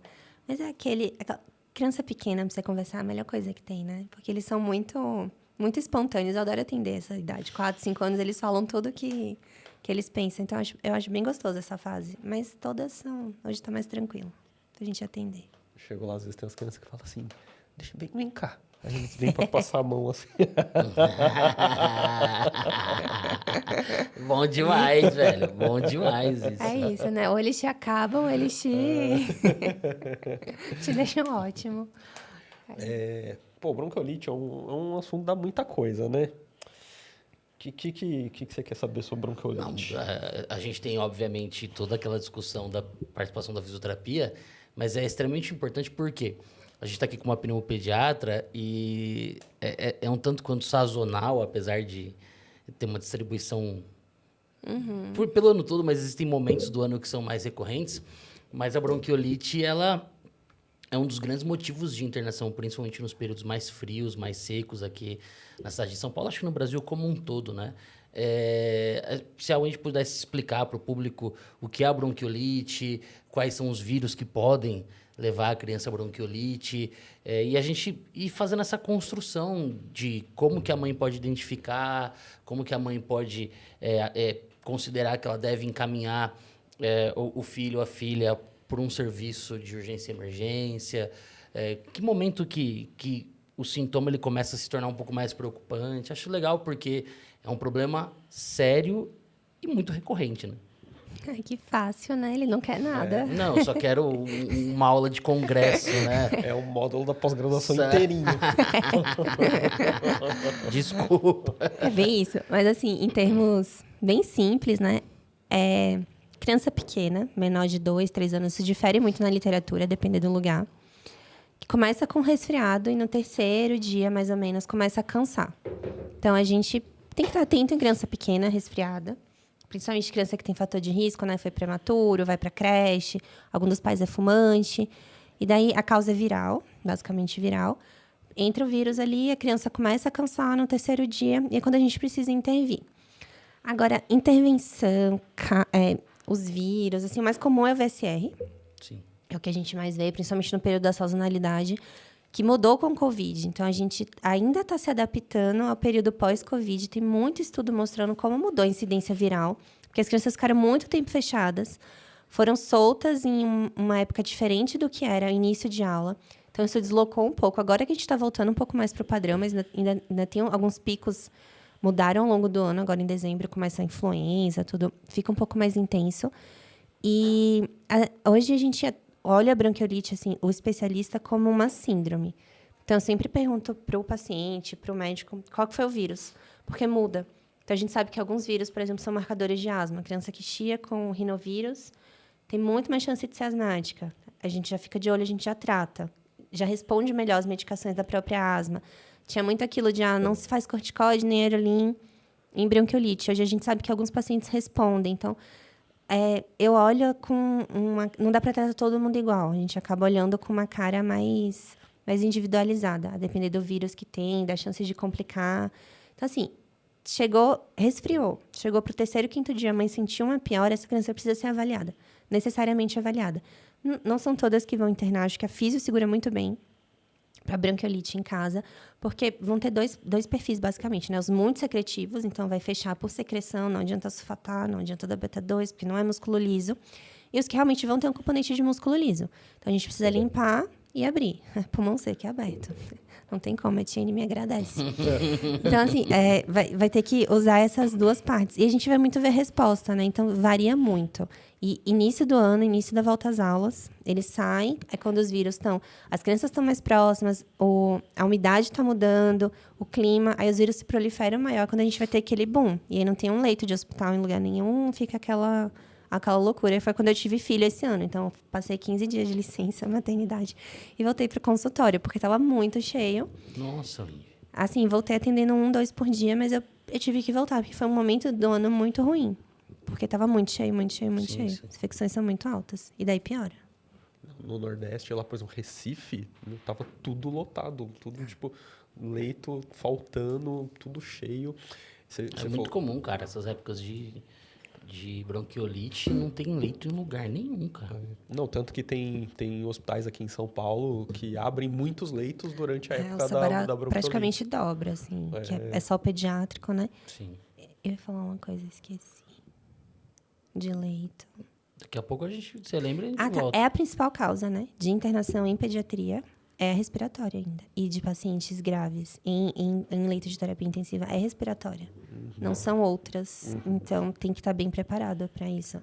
Que foi o oposto no Covid. A gente se preparou loucamente e não resvalou na PED, né? Resvalou depois. Esse do terceiro ou quinto dia é muito característico do pico inflamatório do VSR, principalmente, né? Isso. Dele descer, migrar da via alta para a via baixa, e daí fazer e sair. E a gente vê que a hiperreatividade viral, pela inflamação, às vezes pode demorar 1 ano e meio para recuperar. Então, a criança que fica... teve um estudo que eles avaliaram o epitélio, os cílios, que o Ivens não tem. Não vou esquecer. Por isso que eu tive pouca bronquiolite. Eu não lembro de ter bronquiolite. Ele deixa o epitélio pelado, que a gente fala. Então, você teve uma bronquiolite anquilosante, meu amigo. Aí ferrou. Meu apelido na faculdade era pelado, velho. E daí, demora às vezes até 18 meses para voltar pro normal. Então, é aquela criança que vai chiar em tudo que ela tiver a partir de então, porque ela vai estar muito hiperreativa.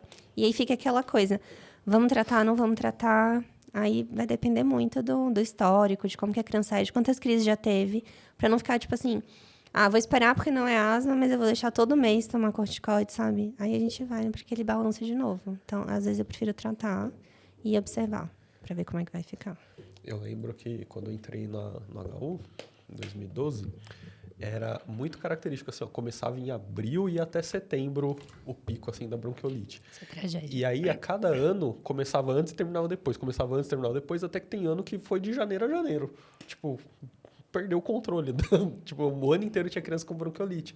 E, Tá tinha, louco, e tinha uma época que era característico não ter crianças com bronquiolite internando Muda, né? na UTI pra Isso gente. muda o padrão. Era- Eles caem, os vírus. E agora, tipo assim, nos últimos anos tava, mesmo antes da pandemia já tava assim, tipo, o ano todo, pelo menos tinha uma ou duas ali fora de época, assim, entre aspas, né? Porque essas daí chegavam só pra enfermaria, não chegavam pra UTI. Agora que tá mais popular fazer painel viral, a gente vai vendo que vai mudando o vírus, né? Tem muita VSR ali naquela época. Agora, por exemplo, é muita fase de metapneumo. Metapneumo, bocavírus. Rinovírus tem meio que o ano inteiro, assim, ele é um vírus bem... Mas aumenta um pouco agora. E o VSR que vem lá bem marcado, né? Tanto que a gente vê a sazonalidade, o palivizumab, tudo começa antes. Mas esse lance da pandemia, das crianças terem ficado fechadas, mudou. Por exemplo, quando abriram as escolas novamente, foi o primeiro contato que a minha filha mais nova teve com a creche. E aí, em abril, ela teve sintoma respiratório, a gente achava que era bronquiolite, foi virar uma pneumonia, para um strepto aureus, assim, foi bizarro, foi muito grave a condição de saúde da minha filha, mas as UTIs todas entupidas de criança com pneumonia e todo mundo esperando bronquiolite, e foi totalmente o oposto do que... É, porque também, assim, os pais não vacinaram durante a pandemia. Eles ficaram com medo de levar para vacinar e daí a gente ainda está lidando com essas consequências da não vacinação, das crianças fechadas. Porque, assim, era para a criança de 2 anos já ter tido contato com aqueles vírus. Ela voltou para a escola com 4. Sim. Daí começou bronquiolite com 4 anos. E as pessoas não estavam reconhecendo, porque não é possível que é uma bronquiolite de 4 anos. Mas ele não teve quando ele era menor. Ele está tendo agora. Então, mudou. Foi uma loucura, assim. A pediatria, durante a pandemia, a gente não trabalhou praticamente. Foi muito pouca demanda, porque eles estavam todos em casa. Eles não adoecem, provavelmente criança é contato. Chegou depois, foi o caos. Porque daí eles adoeceram muito. E adoeceram mais grave. Os pais, velho. Pois é. Tudo doido da cabeça com as crianças em casa, velho. Hoje, eu penso assim, se eu tivesse o meu mais velho hoje, na pandemia, eu tinha surtado. Eu achei que foi difícil ter um RN na pandemia, mas vendo como ele é hoje, a quantidade de energia que ele tem, difícil foi quem ficou em casa, com a criança de 3, 4 anos. Deve ser Foi difícil. Ele te garante. Ele te garante. fato. Eu né? tenho hoje uma de 11 anos e uma de 5 anos, então... Nossa. Tinha 2 faixas etárias bem enérgicas, assim, durante a pandemia, né? Aproveitar que você falou em vacina, agora a gente tem aí a vacina da bronquiolite, né? É legal esse assunto. Como que a gente está aí com relação a essa vacina? Tanto em termos, assim, do que a gente tem, tipo, de estudo dela, assim, como a aderência. Porque eu vi uma reportagem essa semana aí que a aderência não está muito boa. Qual das? Porque assim, veio a Arexivir, né, que é vacina mesmo, liberou para idoso e para gestante. E daí agora, mês passado, liberou o Niverismab. Esqueci como é o... Não consigo falar. É, o nome eu também não vou saber. Que é o anticorpo que vai meio que substituir o palivizumab, né? Então, assim, já estão na Europa, tem um tempo. Já tiveram bastante estudos. Eu acho que tem que tomar, recomendo muito. Assim, meus avós tomaram agora. Gestantes, quem tem me perguntado, acho que precisa também. Porque são vacinas seguras, vírus inativado, boas vacinas. Ai, meu Deus, tô tentando lembrar o nome comercial, que fica mais fácil, mas esqueci. O anticorpo, ele é monoclonal. Então, assim, ele vai atuar durante todo a sazonalidade. Estando disponível, eu pretendo fazer no meu filho agora, esse ano, em fevereiro. Porque o meu mais novo teve uma bronquiolite bem difícil e eu queria proteger. Acho que vale muito a pena usar. A gente tá... Eu não tô entendendo porque veio isso, né, da vacina. Acho que foi um pouco do Covid que o pessoal ficou com esse ranço. Mas, para liberar uma vacina, é muito tempo de estudo. O pessoal tá usando isso, tá vindo da Europa, tá vindo tudo. Não é uma coisa assim, de qualquer jeito, sabe? E isso tá aí, parece que é uma coisa... agora todas as vacinas são questionáveis. Não são. Elas são seguras até que se prove o contrário, né?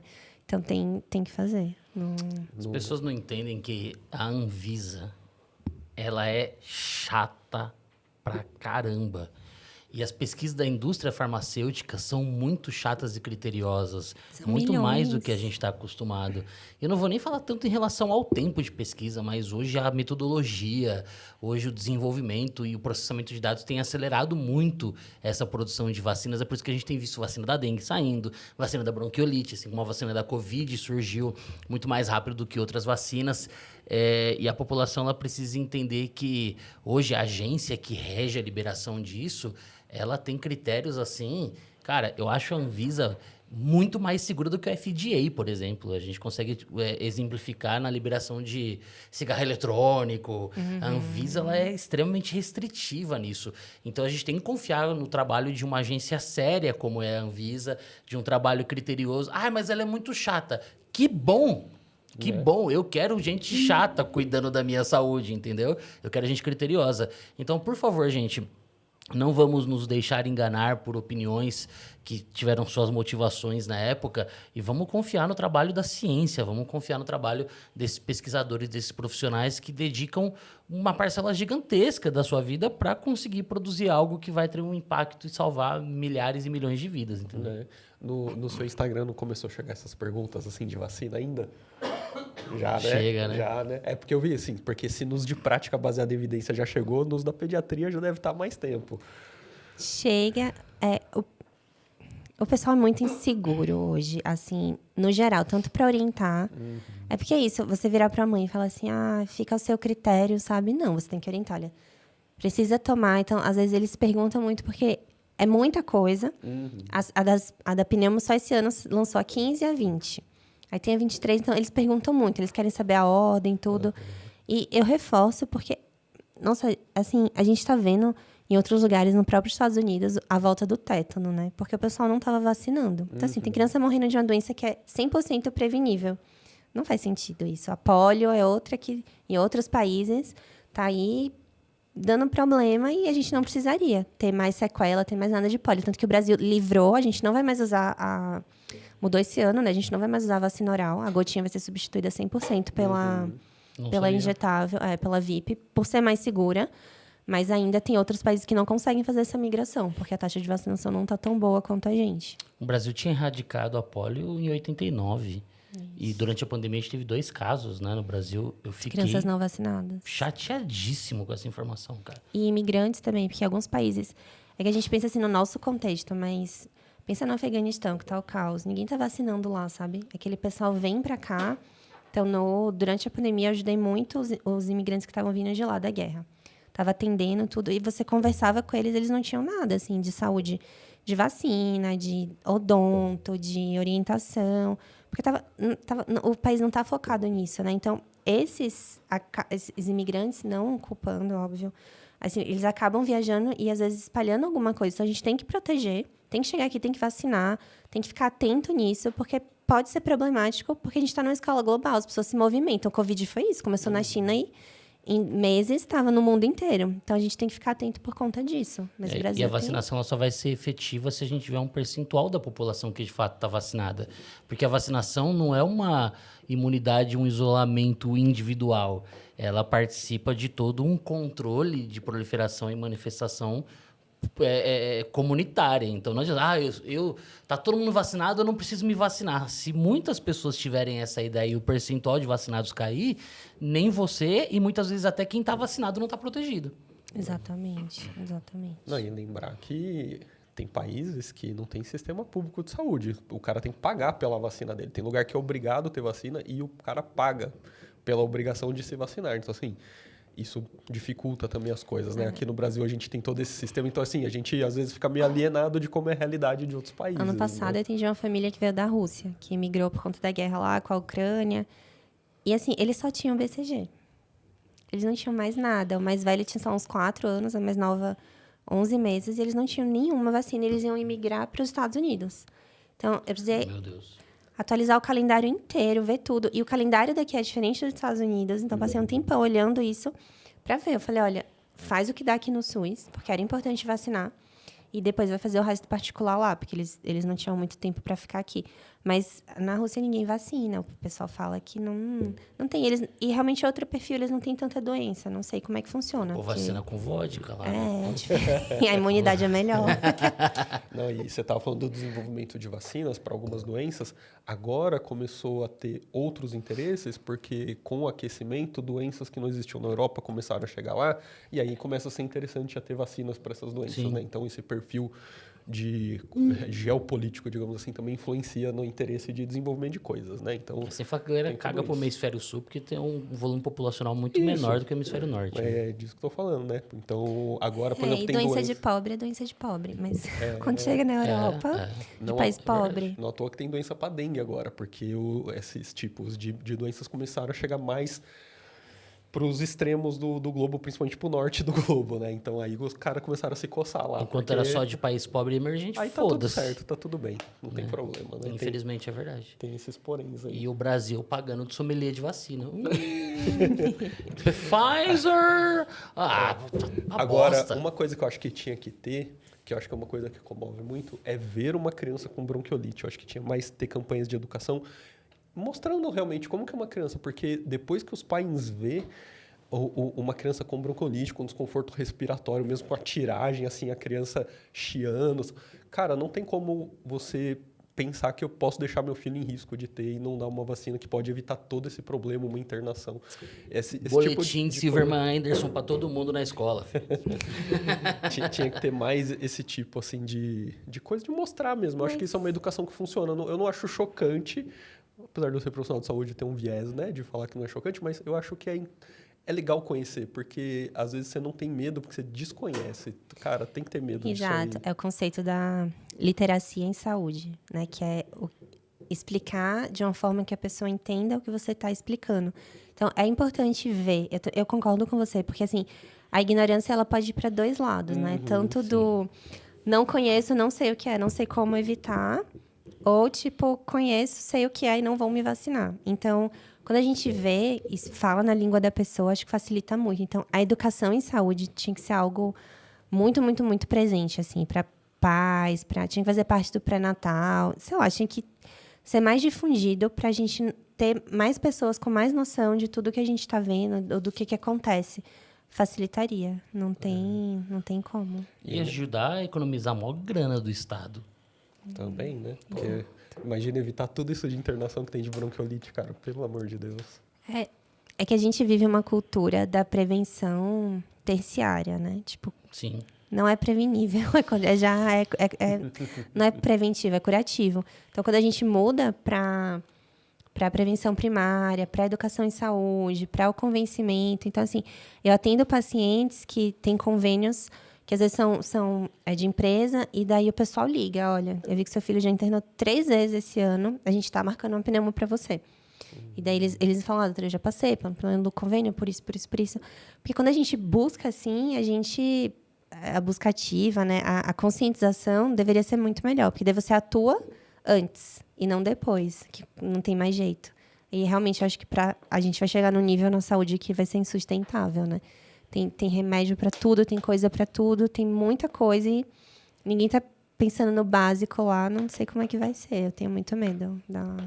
Lembro bem do primeiro ano da pandemia, do lado do Celso Carvalho aqui na ação de biossegurança, quando naquele primeiro momento o volume mais absurdo de pacientes que tinham complicações da Covid eram os indivíduos com comorbidades, o que foi até o final, né? O Celso pega e fala assim, gente, a Covid é um problema de saúde básica. A Covid é um problema de saúde primária, que quem complica mais são pacientes que têm uma saúde comprometida por problemas primários. Aí todo mundo olhou assim pro Celso e falou, mano, transcendeu. O que pra gente hoje faz sentido, mas a gente estava assim, no primeiro mês ali ainda, entendendo o que era. Tipo, a gente no primeiro mês da pandemia, o que hoje parece ser óbvio, a gente olhou pro Celso e falou, mano, e muito dos nossos problemas de saúde vem da atenção básica. E a gente tem um modelo de atenção básica que poderia ser, talvez, o pilar mais forte da nossa saúde, mas ainda não é, né? Não é, infelizmente. É isso, quando me perguntaram, eu estava falando sobre a taxa de mortalidade que caiu. Na Bahia era de 40 crianças para cada 1.000 nascidos vivos. Nossa. Foi para 14,5. Caiu bastante, mas se a gente compara com a Europa, que gira em torno de 3, ainda é muito, né? Só que daí, é que saúde tem que ser esse conceito realmente que transcende tudo. Porque, assim, não adianta a gente pensar em vacina para crianças que não têm saneamento. E daí por diante, que convivem com cigarro, com outras coisas que tinham que estar antes, assim. A prevenção tinha que começar nesse sentido. Porque não dá. Crianças desnutridas adoecem mais, a gente ainda vê isso. A amamentação é gratuita e ainda não é tão incentivada. Tipo assim, eu falo pro meu marido, você economizou milhões com eu amamentar. Eu quero revertido em presentes. Então, assim, é gratuito, era para ser incentivado, mas a gente tem uma licença maternidade de 4 meses. Então, assim, quando a gente pensa tudo, não é só a vacina, né? Tem muita política, muita coisa para corrigir, porque não resolve. Porque o olhar gerencial de quem toma as decisões é encabrestado, cara. É burro. Só olha, não, peraí, vamos deixar só 4 meses por causa da produtividade, porque isso vai dar mais lucro. Dá mais prejuízo, porra. Dá sim, porque O cara falando pra ela, não vai faltar, hein? Não vai faltar, hein? Eu queria falar um pouco sobre isso, porque na hora que você estava falando, lembrei muito da minha esposa.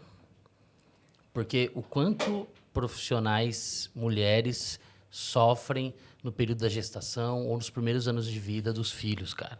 Eu lembro quando minha esposa e eu nós fomos fazer entrevistas de emprego no mesmo serviço, o RH na entrevista perguntou para ela quem ia cuidar das nossas filhas e para mim não perguntou.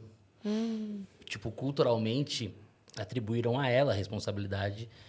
E no meu currículo estava lá, 2 filhas.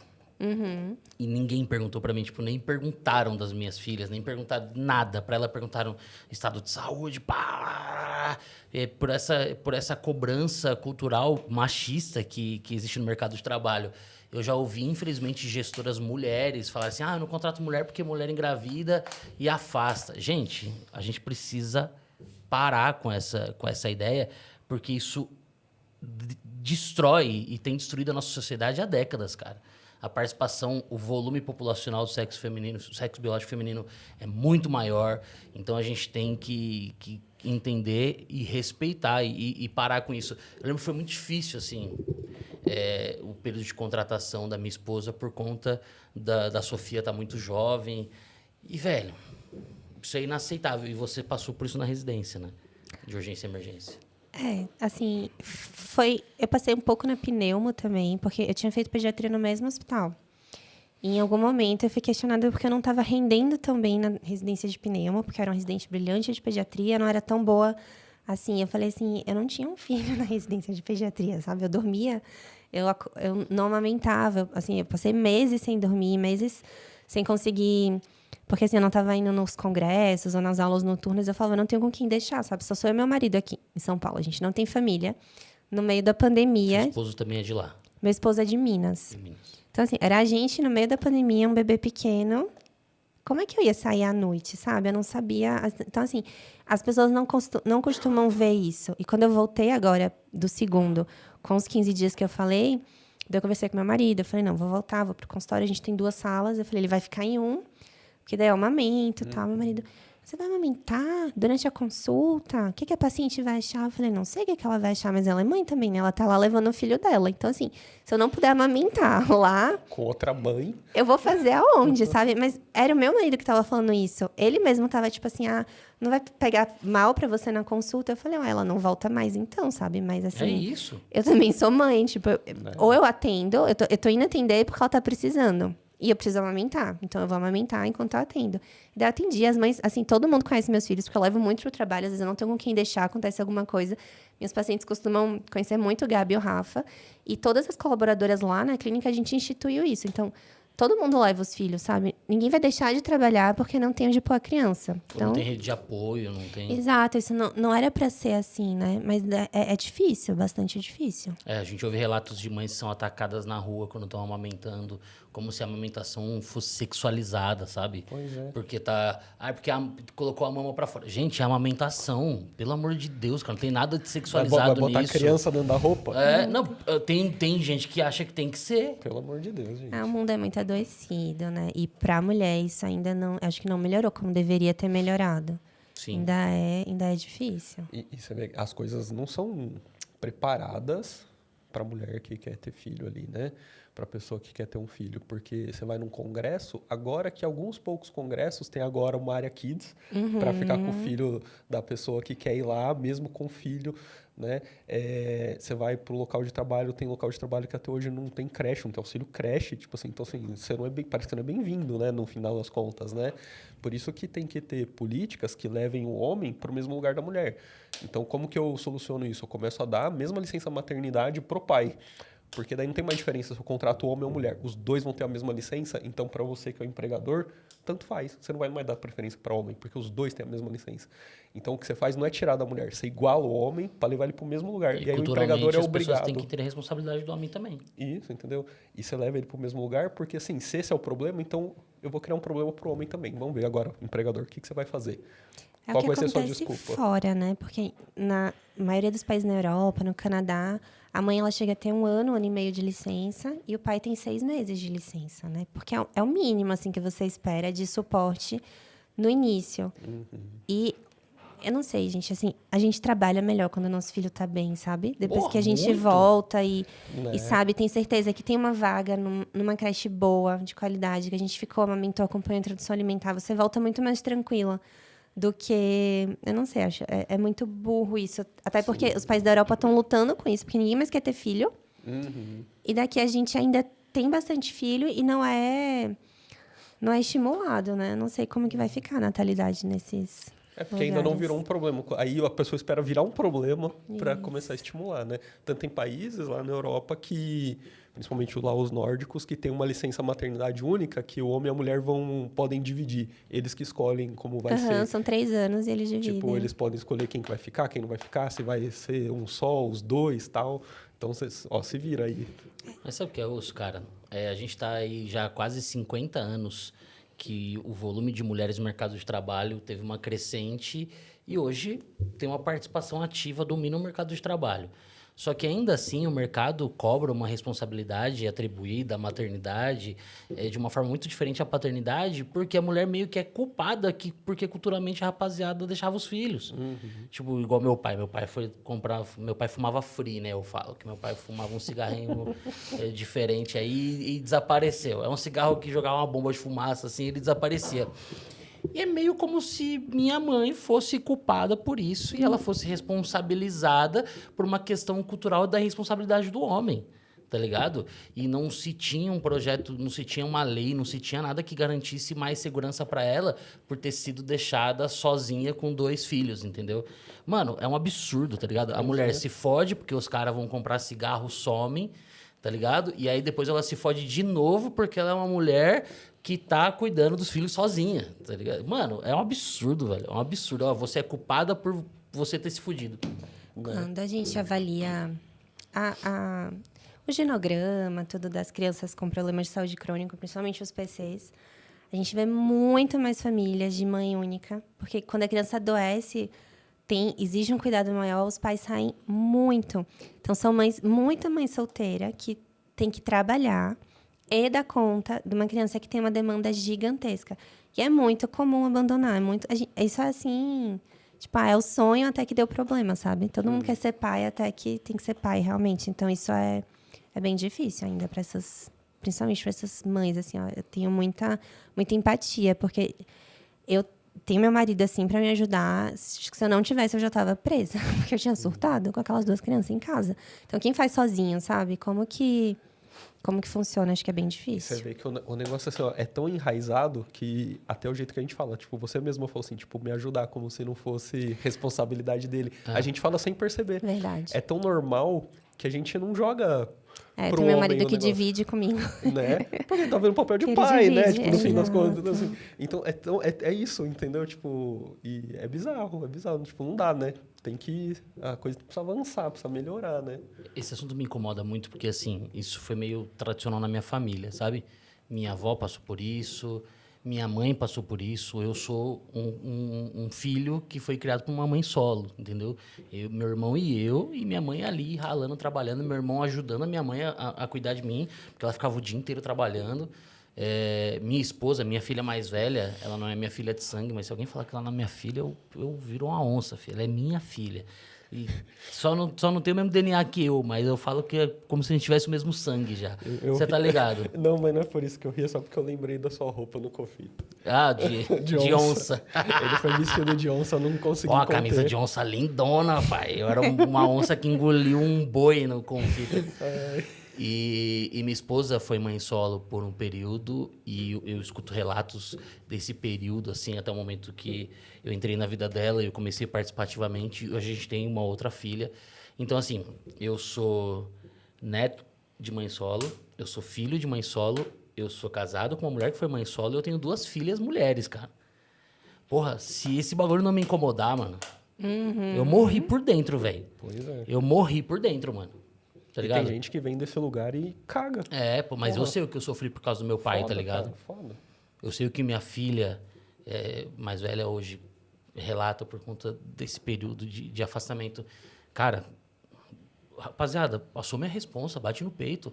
Fala, mano, tava lá, foi mó bom fazer o bagulho. Então fez, assume, é sua responsabilidade. E acabou. É uma vida, mano, tá com você. Isso não tem nada a ver com o assunto da pneumo, mas, porra, é criança, é maternidade, é paternidade, é humanidade, cara. Não dá pra gente negar a vida que a gente colocou no mundo. É saúde, né? Como a gente estava falando. saúde. Faz parte do contexto. Viajei. Vendo Desculpa aí. o global da pessoa, né? Tem que tá tudo Biopsicossocial. incluído, não é? Deixa eu fazer uma pergunta. Um negócio que fez parte da minha vida, né? Agora, você falou que... Asma. Não, calma. Vai beirar asma. Porque você falou que a principal causa das internações são doenças respiratórias, né? E tem uma orientação que é clássica, né? Dos médicos para as mães, que é evitar cortina, carpete, animal de estimação, tal, todos esses negócios. E aí, funciona mesmo esse controle ambiental ou é mais uma tentativa de afastar mais alguma coisa? Depende. Hoje em dia a gente dosa muito esses aeroalérgenos para ver.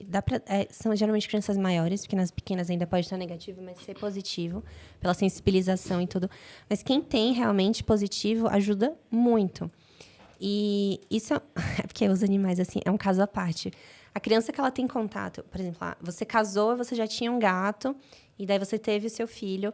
Esse gato já deixou tudo ali, a poeira, tudo. Isso ajuda a induzir, não é sensibilização, ajuda a induzir tolerância.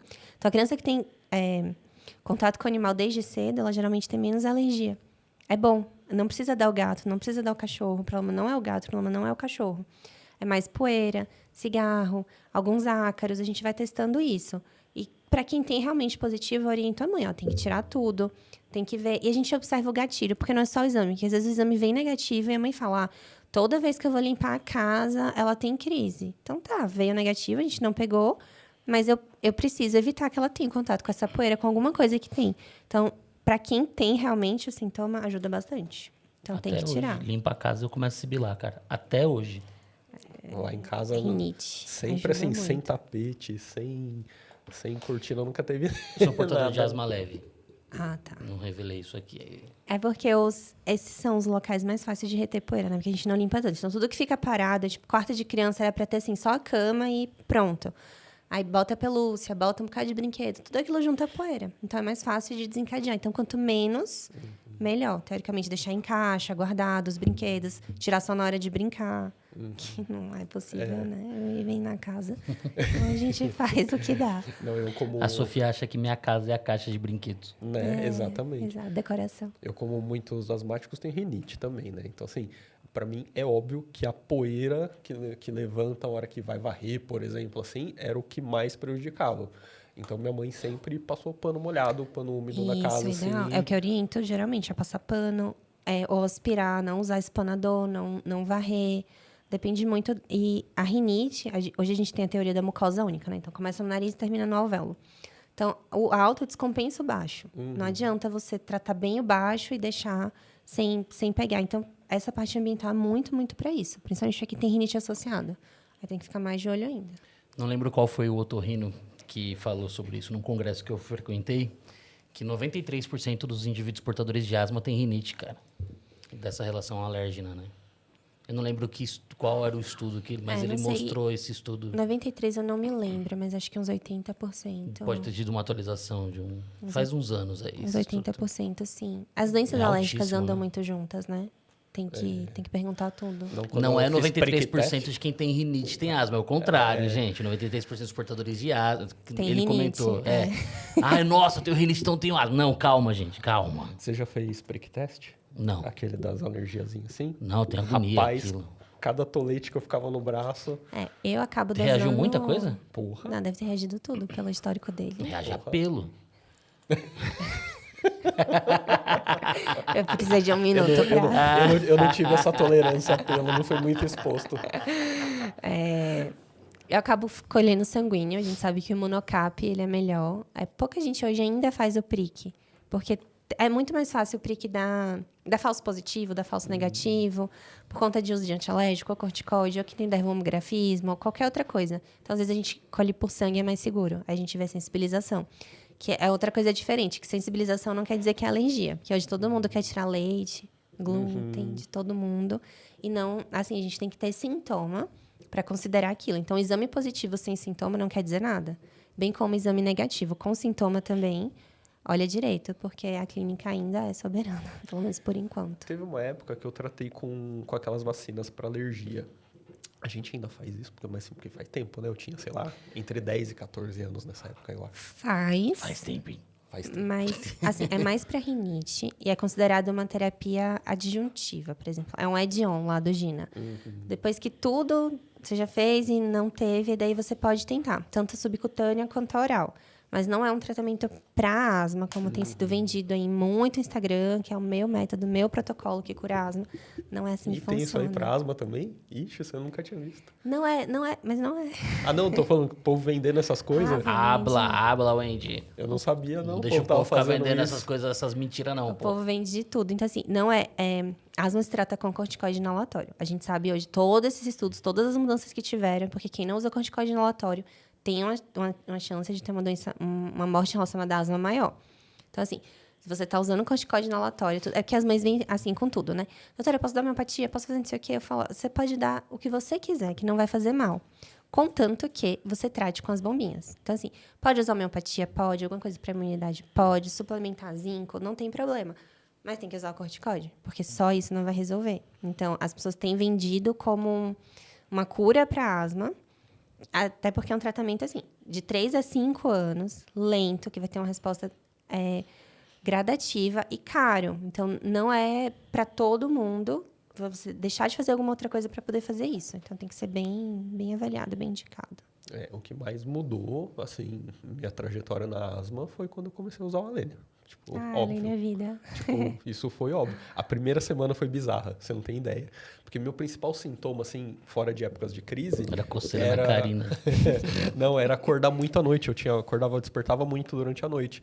E às vezes eu acordava um pouquinho... Não era sibilando, mas, tipo, o cara asmático, ele sabe... Meu, tem um negócio lá me incomodando. Aí você fazia um puff e voltava a dormir igual criança. Na primeira semana de Alênia, eu fechava o olho e só abria no dia seguinte, quando amanhecia. Caramba. Era um sono, cara, bizarro. Mas Como melhorou a qualidade do Isso sono. é tão importante, porque eu falo para as mães, sabe? Sono noturno excessivo, criança com sono muito agitado, criança que acorda demais, que tosse. Você tem que olhar. Criança com olheira, assim, nenhuma criança tem que ter olheira, porque a criança precisa dormir bem. Então, você olha para isso e você pensa assim, tem alguma coisa. E, geralmente, é respiratório, é alérgico, é alguma coisa assim. Não tô falando da criança que não tem olheira. Meu bebê acorda 5 vezes todas as noites. Mas, assim... É outro padrão, né? Ele não tem olheira, ele não tem alteração. Mas a criança que tem algum sintoma, a gente precisa avaliar, porque não é normal. E aí, ele tá assim, é de livro, o Ivens. Pode estudar, pode fazer rolar de casa. Não, e é legal que hoje em dia eu sei relatar bem as coisas, assim. Porque é desde muito novo e depois sabendo tecnicamente. Então, eu consigo relatar bem assim, as coisas que eu vivi. Assim. Imagina você, quando criança, você explicar pra sua mãe que você não dorme bem porque você... sente alguma coisa. Exato. Aí a gente acaba não... Esse aqui falou pra médica que não precisava entubar, pô. Faz só inalação que eu vou ficar bem, pô. Mas eu tava muito acostumado. Pensa o tanto de inalação que eu já tinha feito na vida e melhorado. Então. Quanto resgate lá, pegar lá no fundo, assim, ó. Vem, menino. Wendy, eu sei que você tá preocupada, que você tem que ir lá voltar, que o Rafa tá te esperando, né? Ela tá toda... Mas tô eu tranquila. quero te agradecer imensamente por você ter aceito o nosso convite, você ter reservado essas 2 horas aí da sua semana para estar aqui com a gente, estar instruindo os nossos espectadores, que com certeza o algoritmo do YouTube ele acaba entregando de acordo com o assunto. E muitas mães buscam no YouTube respostas para muitas perguntas que a gente discutiu aqui. Então, quer deixar suas redes sociais? Quer comentar? Quer deixar um recado para a galera que está assistindo a gente? Como o pessoal pode se consultar com o Wendy Nozella? Meu Instagram é Wendy Pneumoped, WNDY. Lá tem todas as minhas informações, tem o canal para conversar com a secretária. E no dia 18 de dezembro, eu e a Etienne vamos dar uma aula de farmacoterapia da asma para fisioterapeutas. Então, a gente vai tirar essas dúvidas, tentar unir as coisas para ficar claro o papel da farmacoterapia, o papel da fisio, o que eles fazem juntos. Vai ser bem legal também, quem for profissional de saúde, vai valer a pena. E é isso. Eu gostei muito da experiência. Que Tava bom. nervosa, nunca tinha feito, vai ser bem legal. Realmente passou muito rápido. Passa, né? Rapidinho. Muito legal. Obrigado, viu? Obrigada. Foi muito bom poder falar sobre a minha asma com você. Desabafar. Você trouxe aí a prescrição para ela atualizar? Pô? Fez uma consulta de 2 horas com ela, atualmente pô. eu tô sem prescrição. Assim. A minha última bombinha venceu, tipo... Aí, assim, ó. ficou fechada lá, venceu e tal. Tem que... Ele acabou de revelar para você que ele não faz Que ele mais. não é aderente, que eu ele- tô chocada. Não, meu último salbutamol, Tá bom. Mas o Alene é todo dia. Ficou mó climão de bosta aqui. Não, é que bombinha eu associo a salbutamol. O Alene eu não velho. associo a bombinha, porque... Verdade, porque é em pó. Porque em pó eu não Eu uso associo Foster, a... cara. O Foster Eu uso Foster. é a mesma coisa, né? O formoterol em si, mas Beclo e a budesonida, que foi o que mudou, assim, o Gina completamente em 2019. Então, são boas medicações. Estamos bem medicados. Tá vendo? É isso. Muito bom. Pessoal, não deixem também de conhecer o trabalho da Wendy lá nas redes sociais, a produção, e também o trabalho do Instituto Beta. Ela vai estar com a Etienne Fará. A Etienne é professora do Instituto Beta, é uma das grandes pesquisadoras, aí, uma das grandes profissionais de assistência de reabilitação pulmonar e destacando aí a reabilitação pulmonar pediátrica, né? A Etienne e a Evelyn são minhas 2 grandes referências aí na reabilitação pulmonar. Exatamente. Se você quer fazer o curso delas, sabe onde você busca? Instituto Beta Saúde. É isso. No Então, Instagram quer aprender a do- cuidar melhor das crianças, vai lá no @Instituto Beta Saúde. Então vale muito a pena. E você que busca se especializar aí, não só nessa área, mas em diversas áreas, e também não só na fisioterapia, em outras profissões da área da saúde, busque aí o trabalho do Instituto Beta Saúde, que é apoiador do Passando Plantão Podcast e nos ajuda a manter conversas tão agradáveis como essa e tão instrutivas como essas, todas as segundas-feiras, às 20 horas no ar, né? Exatamente. E semana que vem, se tudo correr dentro do programado, teremos aqui Ana Carr. Pô, Aninha. Aninha, muito tempo que eu não a Aninha. vejo. Nos reencontraremos aí para bater um papo. Ana Carr, cara, tem um apreço gigantesco pela Ana, vai ser um prazer recebê-la aqui pra gente bater um papo. Isso aí. Show de bola, careca? Muito. Não deixem de se inscrever no nosso canal, curtir o vídeo, ativar a notificação e acompanhar todos os cortes e os melhores momentos dos episódios que são publicados no nosso YouTube todos os dias da semana. Você recebe aí de 1 a 2 cortes por dia, né, careca? Exatamente. E assim como esse episódio, todos os outros você também encontra nas plataformas de áudio stream Spotify e Amazon Music, tá bom? Também nos sigam em todas as redes sociais que vocês nos encontrarem, tá? Então, @Passando Plantão Podcast, você vai busca aí, você vai encontrar alguma coisa. Já siga o nosso trabalho lá para você saber das novidades. Por favor, vai lá, dá essa moral pra nós. E siga também @Ivijacomassi, @Augusto Cruz Fisioterapia, @Amanda Reis Fisioterapia e @Abia Salgueiro em todas as redes sociais. Valeu, Estúdios Voz, por mais um episódio e nos vemos semana que vem, às 20 horas. Até lá.